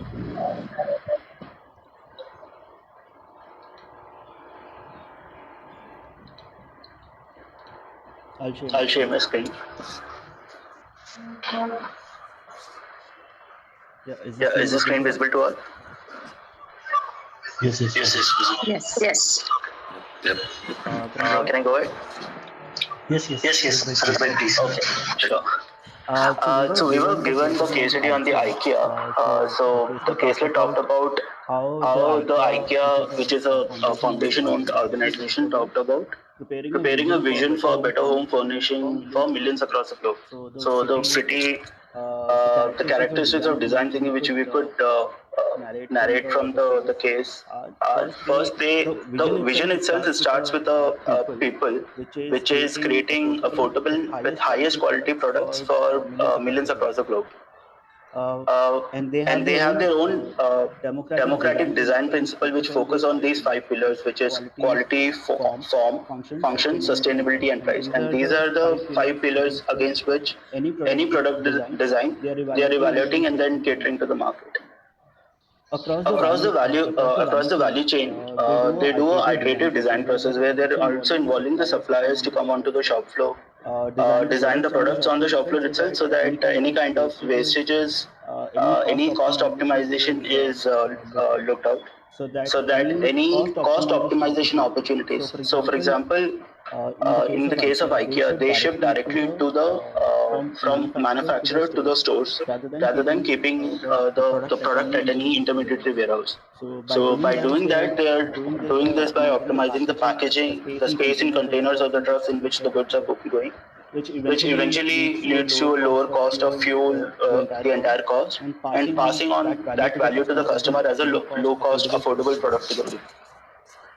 IKEA focuses upon long-term partnership with the suppliers, which because of the scale of the company, which provides an economy of scale, they are able to get the products at a lower input price, and again passing on to the same value to the customer in their affordable product. So with IKEA, there is something called IKEA effect, which is they focus upon experience of buying. Though it doesn't show much on the case, but as a group when we discuss, so assembling the product on your own allows the user to create a stronger bond between product and the customer. So these were the five key design thinking principles which we could identify that IKEA has used in creating this kind. Going to the what discovery the insights they had got from the consumers to put into the design are basically so the entire design team actually reached out to people across geographies to understand because to understand the need as in space, storage requirements, what unique designs do they need, and these could be distinct for each geography, each kind of place or any kind of the consumer segment. So that thought process got into the product design, and then that's how the design principles they use to figure out what is the best needed product required for the customer. Space optimization, utilization, because each product consumer's requirement will be distinct, so they focus upon that. They also focus upon the fact that the customers also appreciate the sustainability part. So they have programs on sustainable products, input products, fuel savings, focusing on minimal carbon footprint. The entire designs of the products are focused around functional, space, easy to install kind of needs of the customer. So these were the few insights which IKEA used from the customers and then put it back into the product and offering that to the customer. Yes. Okay, very well. How many of you visited an IKEA store in India or overseas? I have. You have, Sharath? Yeah. Which one? One in Mumbai. Okay. And apart from furniture, what else? Did you purchase anything or was it more of window shopping? No, they make you buy. The whole experience of IKEA is such that so we discussed that part, that when you enter a store, it's a 2-hour trip. You will have a one exit, which forces you to roam around the entire space where they are showing all the prototypes, how the products are, and eventually you land up at a food store as well, which is a pretty good revenue part of IKEA. So that lets you off the entire 2 hours journey and then kind of. So at times, if you visit an IKEA store, you get the feeling: is it a furniture store with a restaurant or a restaurant with a furniture store? Okay, at times their menu is that appetizing, and you see more crowds around the restaurant part of their store. Now, is that deliberate or is that happenstance? What do you think about? Is that a part of IKEA's business design? Is it deliberate? Like the salmon sandwich is famous across the globe, particularly European IKEA stores. 1 or 2 I visited. Salmon, people come looking for IKEA salmon sandwich. And it is ASC certified, although it is farmed salmon, but it is ASC certified. So IKEA assures a certain quality, and back to the roots kind of certification is there. What do you think about this aspect? I believe in Mumbai or there is one in Hyderabad also, right? That was the flagship store of IKEA in India. Somebody told me that the biryani that they serve is one of the best they've had in India. Now, is that a coincidence or is that by design? And if it is by design, why is it so? And how do you align it with design thinking approach of IKEA? I think it's by design because if an individual is spending 2 hours of his time in the store, he might feel famished to grab a bite and then continue the shopping experience. Gives more time to the customer to stay in the store, make the decision on what to buy, what not to buy. Okay. I did visit a store, but again, yes, you're taking care of the hunger pangs, and in case it's a family visit, then hunger pangs can lead to a quick exit from the store. Anything more fundamental beyond this transactional objective? then they would just a third. So I've had friends who go to IKEA to have a cheesecake because it is a little bit cheaper, right? So that, and one has to go through the entire aisle till to arrive at the food store. Till the food store, and that would definitely give one possibility to buy at least one item. So it also, I have also seen the same people ending up buying something which was not ever there in their list. Okay. Have you heard of this pajama dance or pajama party by IKEA? No. No. Okay. Okay. So at times what they do, this is in select stores in Europe. Many years back, one of my clients, when I was in research and consulting, he told me about IKEA organizes this almost like a pop-up impromptu. If you search for it on Google, you will find some anecdotes or some blogs around it. So what they do in certain cities and stores where they see the opportunity and potential for it, they have these loyalty card members in IKEA, and they send out an exclusive invite to these members. Certain people who are picked for it, so maybe from a database of 10,000 people, they will pick 400 people, and they will be invited to a pajama party, like almost like a night out. They will say, in an IKEA store, we are inviting you for some fun and frolic with your family.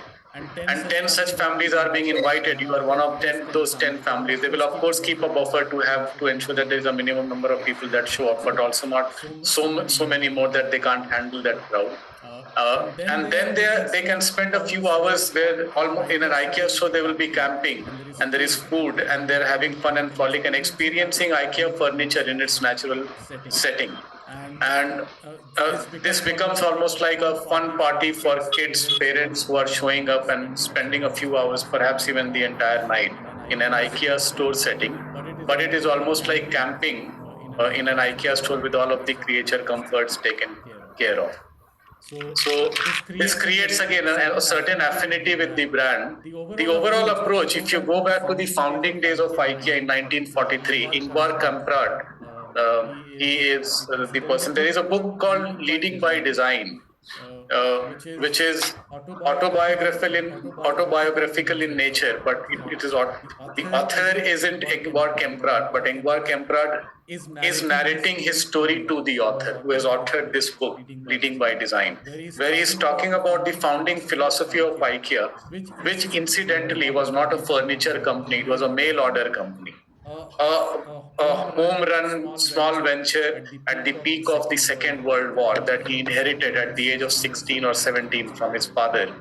And then on an impulse, he saw that after the devastation that was wrought by the Second World War across Europe and elsewhere, but he saw it at close quarters being in Europe, that there was a lot of rebuilding to be done after that devastation. Entire nation societies had been wiped out, and therefore everything had to be started from scratch. And these families that were struggling to make ends meet did not have the budget for expensive furniture. But yes, they had to set up their household and start rebuilding. And this idea struck him that why can't we build furniture that is affordable and modular, which means people can carry and assemble it on their own. And if you are going frugal, then you won't have the money, and you also won't have so many plumbers and people to assemble furniture easily available. So because of these constraints was born this idea of do-it-yourself furniture, and which is created in a modular fashion. These modules are carried and assembled by you, or packed, unpacked as and when you need. And one of the things he did later, it said that the very first set of IKEA factories actually now whether it was born out of necessity or it was an innovation, no one knows it yet. Only Ingvar Kamprad could confirm that the first few factories at least were manufacturing car doors, not furniture. And he bought these defunct factories that were making doors for four-wheelers. And he retained that assembly operation and the shop floor operation, and said that I am going to use this to build furniture that is modular, just like your car doors which can be installed in a car, like a module. And initial factories were car door manufacturing factories that many of them were in defunct condition after the World War, and he got it cheap. And that's how IKEA story. So this is probably a part of many other fables and folklore that are associated with IKEA. But the approach tells you that at so many levels there has been clutter-breaking thinking. You have to go against the obvious. Why would people pay for assembling their own furniture, for instance? That's going against the obvious. People will find it difficult to assemble their own furniture. In India, even today, most of us would resist the idea of assembling our own furniture. But once you have done it, then you realize, okay, yes, this can be done. So it requires you to break that habit. Also, something which looks that good and is reliable must be very expensive. That's another assumption that they have broken away from. One of the recent innovations, if you read through IKEA's annual reports, they've been doing it for several decades, but they've started talking about it more recently, in more recent years, is how for IKEA's business does a lot of damage to the environment, because furniture business is about felling trees. But IKEA has a positive carbon footprint in the sense they are planting 5x more trees every year, which means they are giving back more greenery than they are taking away from human civilization. And they've quantified it, and they have audited it, and they are reporting it. And even the wood that they are using, IKEA claims that the trees which are felled have lived past their life, and therefore they are dying trees. And if you don't cut these trees, not only will they impact the growth of trees around them, but this precious wood would also go unused. So there is economic loss for society. So IKEA says that at least 80% of its furniture is made by felling trees that have reached end of their life and have to be felled in any case because they are unsafe. They might fall on some passing car. There is economic loss if their wood is not utilized, and they also inhibit the growth of trees nearby which are younger. All of these things, if you look at it, IKEA has really innovated at every step. That feeds into their business and revenue model. And by the way, it remains an unlisted company to date. It is probably one of the most valuable. If it went for a listing, it would be probably equivalent to the world's top 15, 20 companies by market cap, but it remains unlisted. That itself is a design thinking innovation. Okay, so, all right, so let's go to group 4. Hi, Ranjan. Aditya, you want to speak or? Yeah, this is Mitti Cool, right? Yes. Anyone has used Mitti Cool? You can continue, sir. If you need, Okay. I've not used it, sir, but I've seen it. Which one, Surmimala? Which one? The fridge. Fridge, where? On online or face-to-face physical? Face-to-face in a place. A remote area, surprisingly a very remote area of West Bengal where I saw. Okay. So it was being used in a shop or in somebody's home? It was used in a shop, but it was used in a home, but it was kept for commercial purpose. Oh, okay. Interesting. I haven't used the fridge, but I ordered a few years back. I ordered this curd maker online, the earthenware pot in which curd sets very well. Yeah. Yes. Okay. Let's start then. Yes. We watched a video on Mitti Cool. So it talks about the issues faced by the ceramic industry and how one person was able to go against the tide and make this industry or this business profitable. So here we see about Mitti Gold, which is a normal ceramic industry, but they came up with some innovative ideas and came up with some new products. So that whole thing started with when there was a earthquake in Gujarat, and many people lost their homes and all their valuables, and people were finding it difficult even to buy a fridge, replace a fridge. So the idea came to him. So there was a problem. So this person, he came up with an innovative idea of building something which is cost effective, as well as it doesn't consume any power, so that a normal person can afford to buy it. So that's how this whole thing came about. So along with that, they are, this video talks about how he was able to scale up his business by having more products to his portfolio, and plus we were talking about how the frugal approaches he has made, like he was using recycling old ceramics as the product input. So he was sourcing the inputs for the products by using the old ceramics. So for that also he had come up with an innovative idea of how to make it reusable. So that again was something which was new. So everywhere you will see a lot of holistic approach coming up, where he talks about how the entire ecosystem, there's a problem, and he sees everything as not in isolation, but he wants to look at the entire ecosystem. And how the user-centered focus they were talking about. So the user-centered is how there is a problem and they have a solution, and how the people are able to go ahead with their livelihood by using these products, and that led to more products coming into the picture. And then now the thing we are talking about, the eco-friendliness, so that again helped him to find newer markets, because the initial market was for people who don't have money. But then we talked about since people, this is an eco-friendly product, so it had more customers. Even people who had all the money were willing to buy, because since this was eco-friendly. So that's how the whole thing started. So the holistic approach, how he, and then the next thing we are talking about is from the customer discovery insights. How one product led to another product, how they are able to see the customer problem, how we are able to validate, and that helped them to address the pain points faced by the customer. So that's the way all things went about.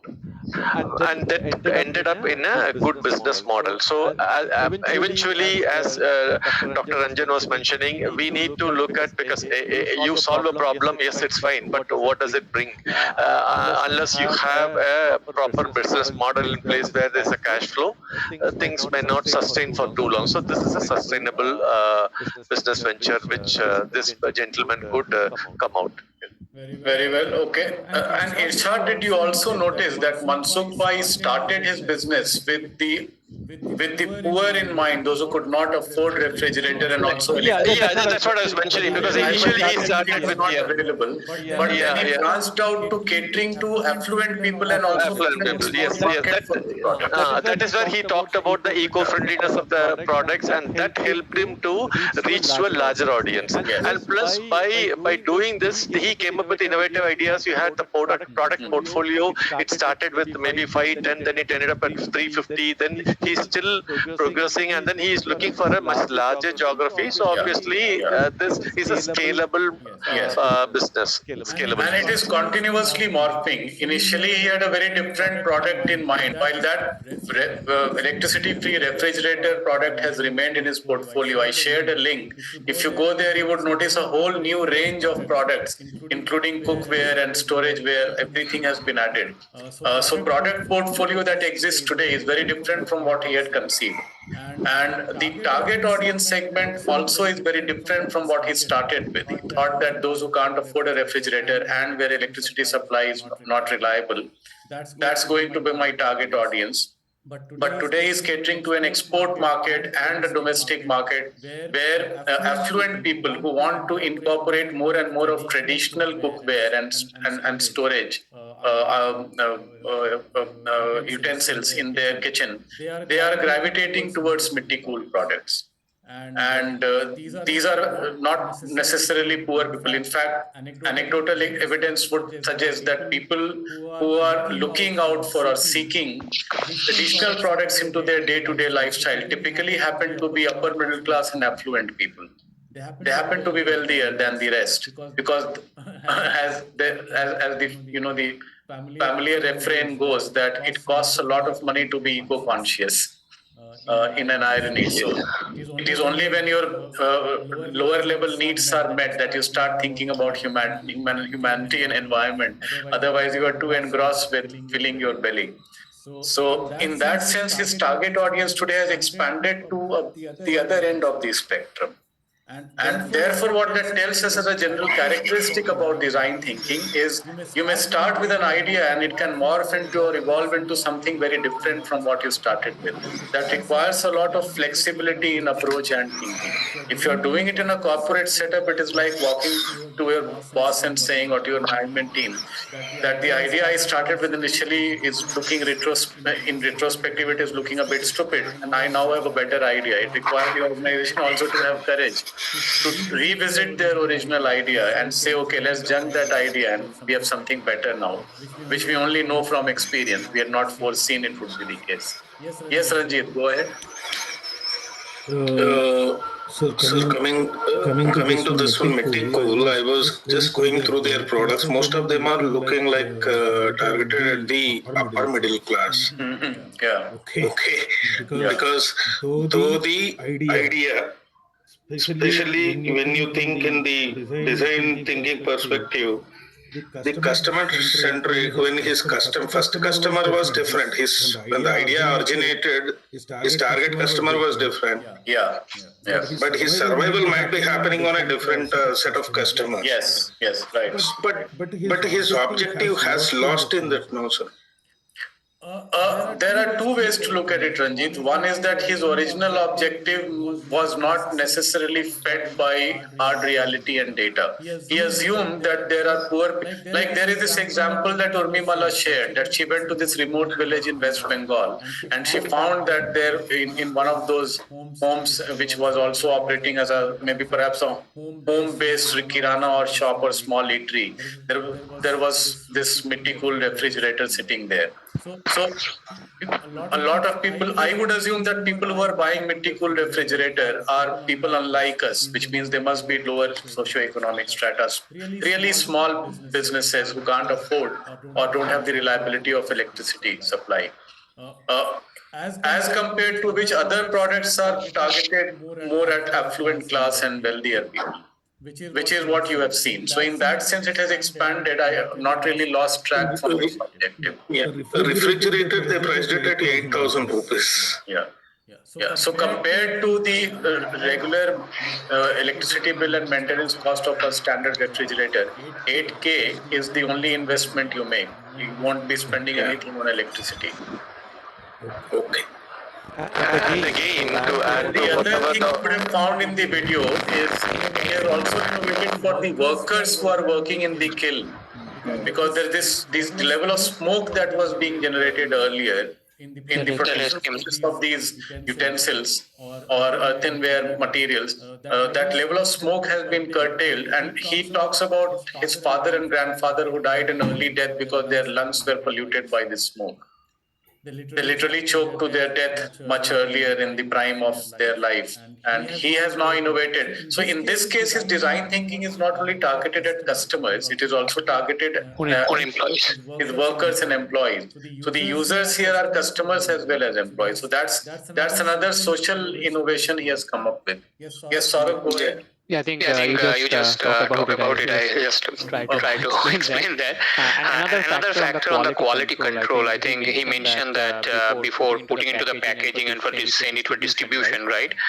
He check each and every product. Right now, I think 25,000 per day they are producing, right? And each of them they are checking. So they are also keep the thought process. My quality should not be damaged, right? So he's putting a proper checking process. Yes, yes. Okay, wonderful. Let's go to the last group now. That is Detroit Airport Parallel Reality.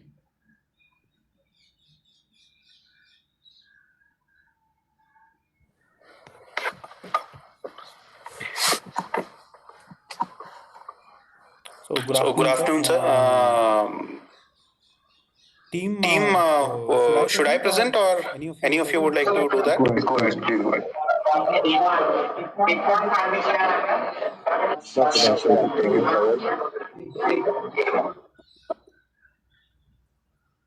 So is my screen visible? Yes, it is. Go ahead, Siddharth. So, sir, we were given a case study where the target audience was people who were coming into an airport. Just rolling back to the problem statement which was there while we went through the summary was people entering into the airport, especially foreigners, they had a lot of rush in their mind in terms of where is their flight taking off from, how much, where is the baggage drop, how much walk time is it going to take to go to the terminal gates. So this gentleman, Mr. Ang, came out with a solution of parallel reality, which was more of identification of people using motion detectors. If you go and scan your boarding pass in front of the terminal which was placed, it could identify your body shape, and based on that, used to display just the terminal information or the flight information, which would help him navigate the airport better. So that is what this product was altogether. So what we saw was the idea was to display personalized information to the individual without exposing the information to the rest of the people standing nearby.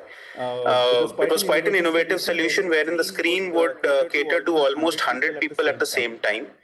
The pain points which we identified from the case study was number one, the clutter which was there on the screen to look through hundreds and thousands of flights. The only thing that the person had to see was just scan the card and all the details were coming onto a screen, reducing the overall stress for the person and also having a faster navigation.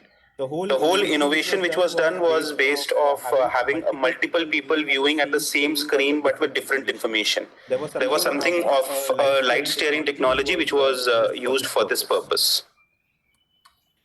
The main customer discovery insights which we discussed during the meeting was one was the pain points. That is, like I had mentioned earlier also, there was clutter on the screen, there was language barrier, there was difficulty in finding personalized details.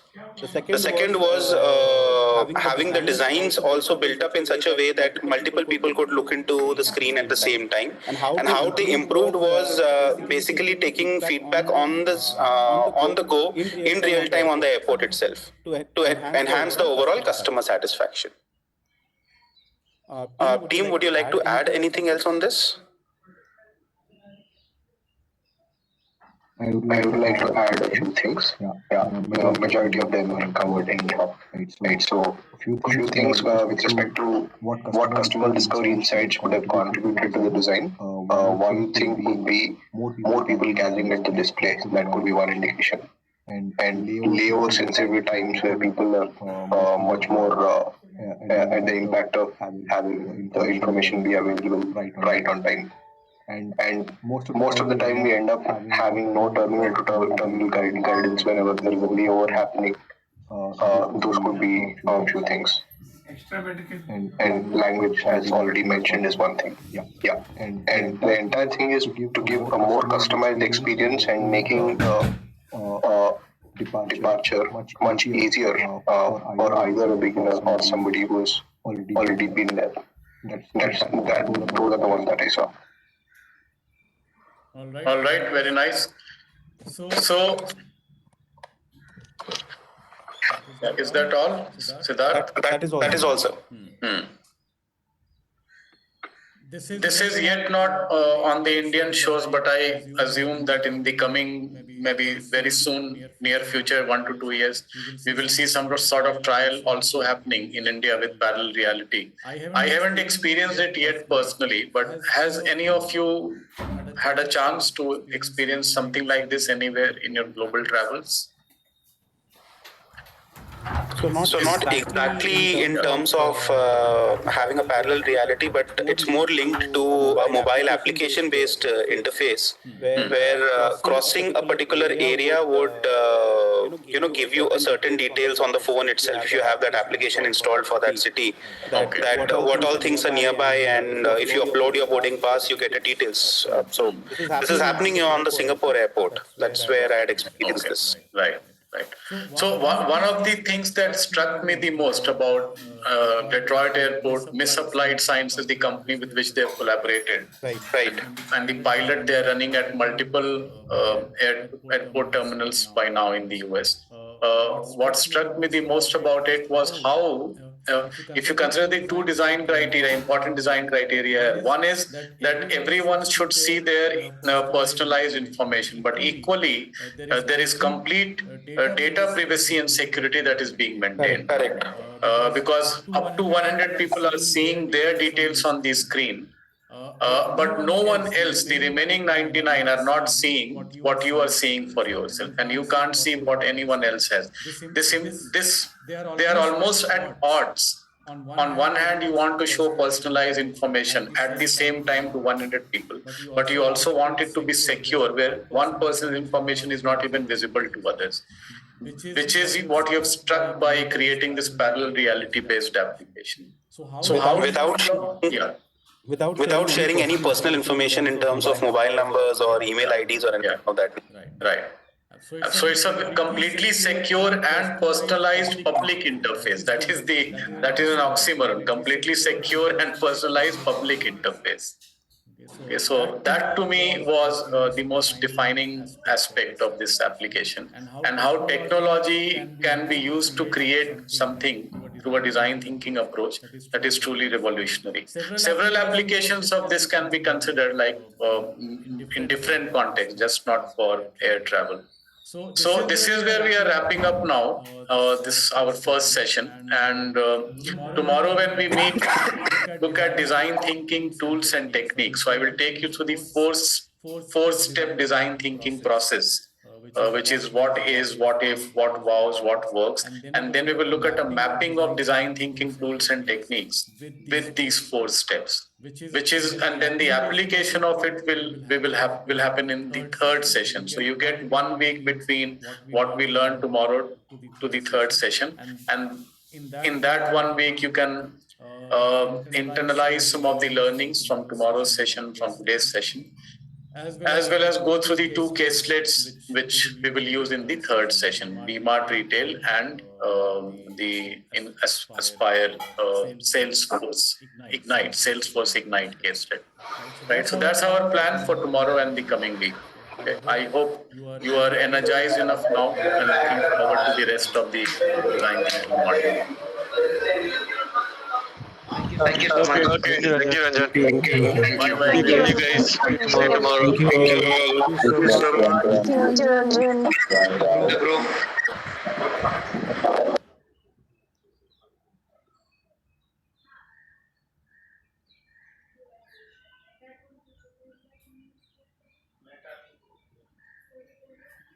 Storytelling.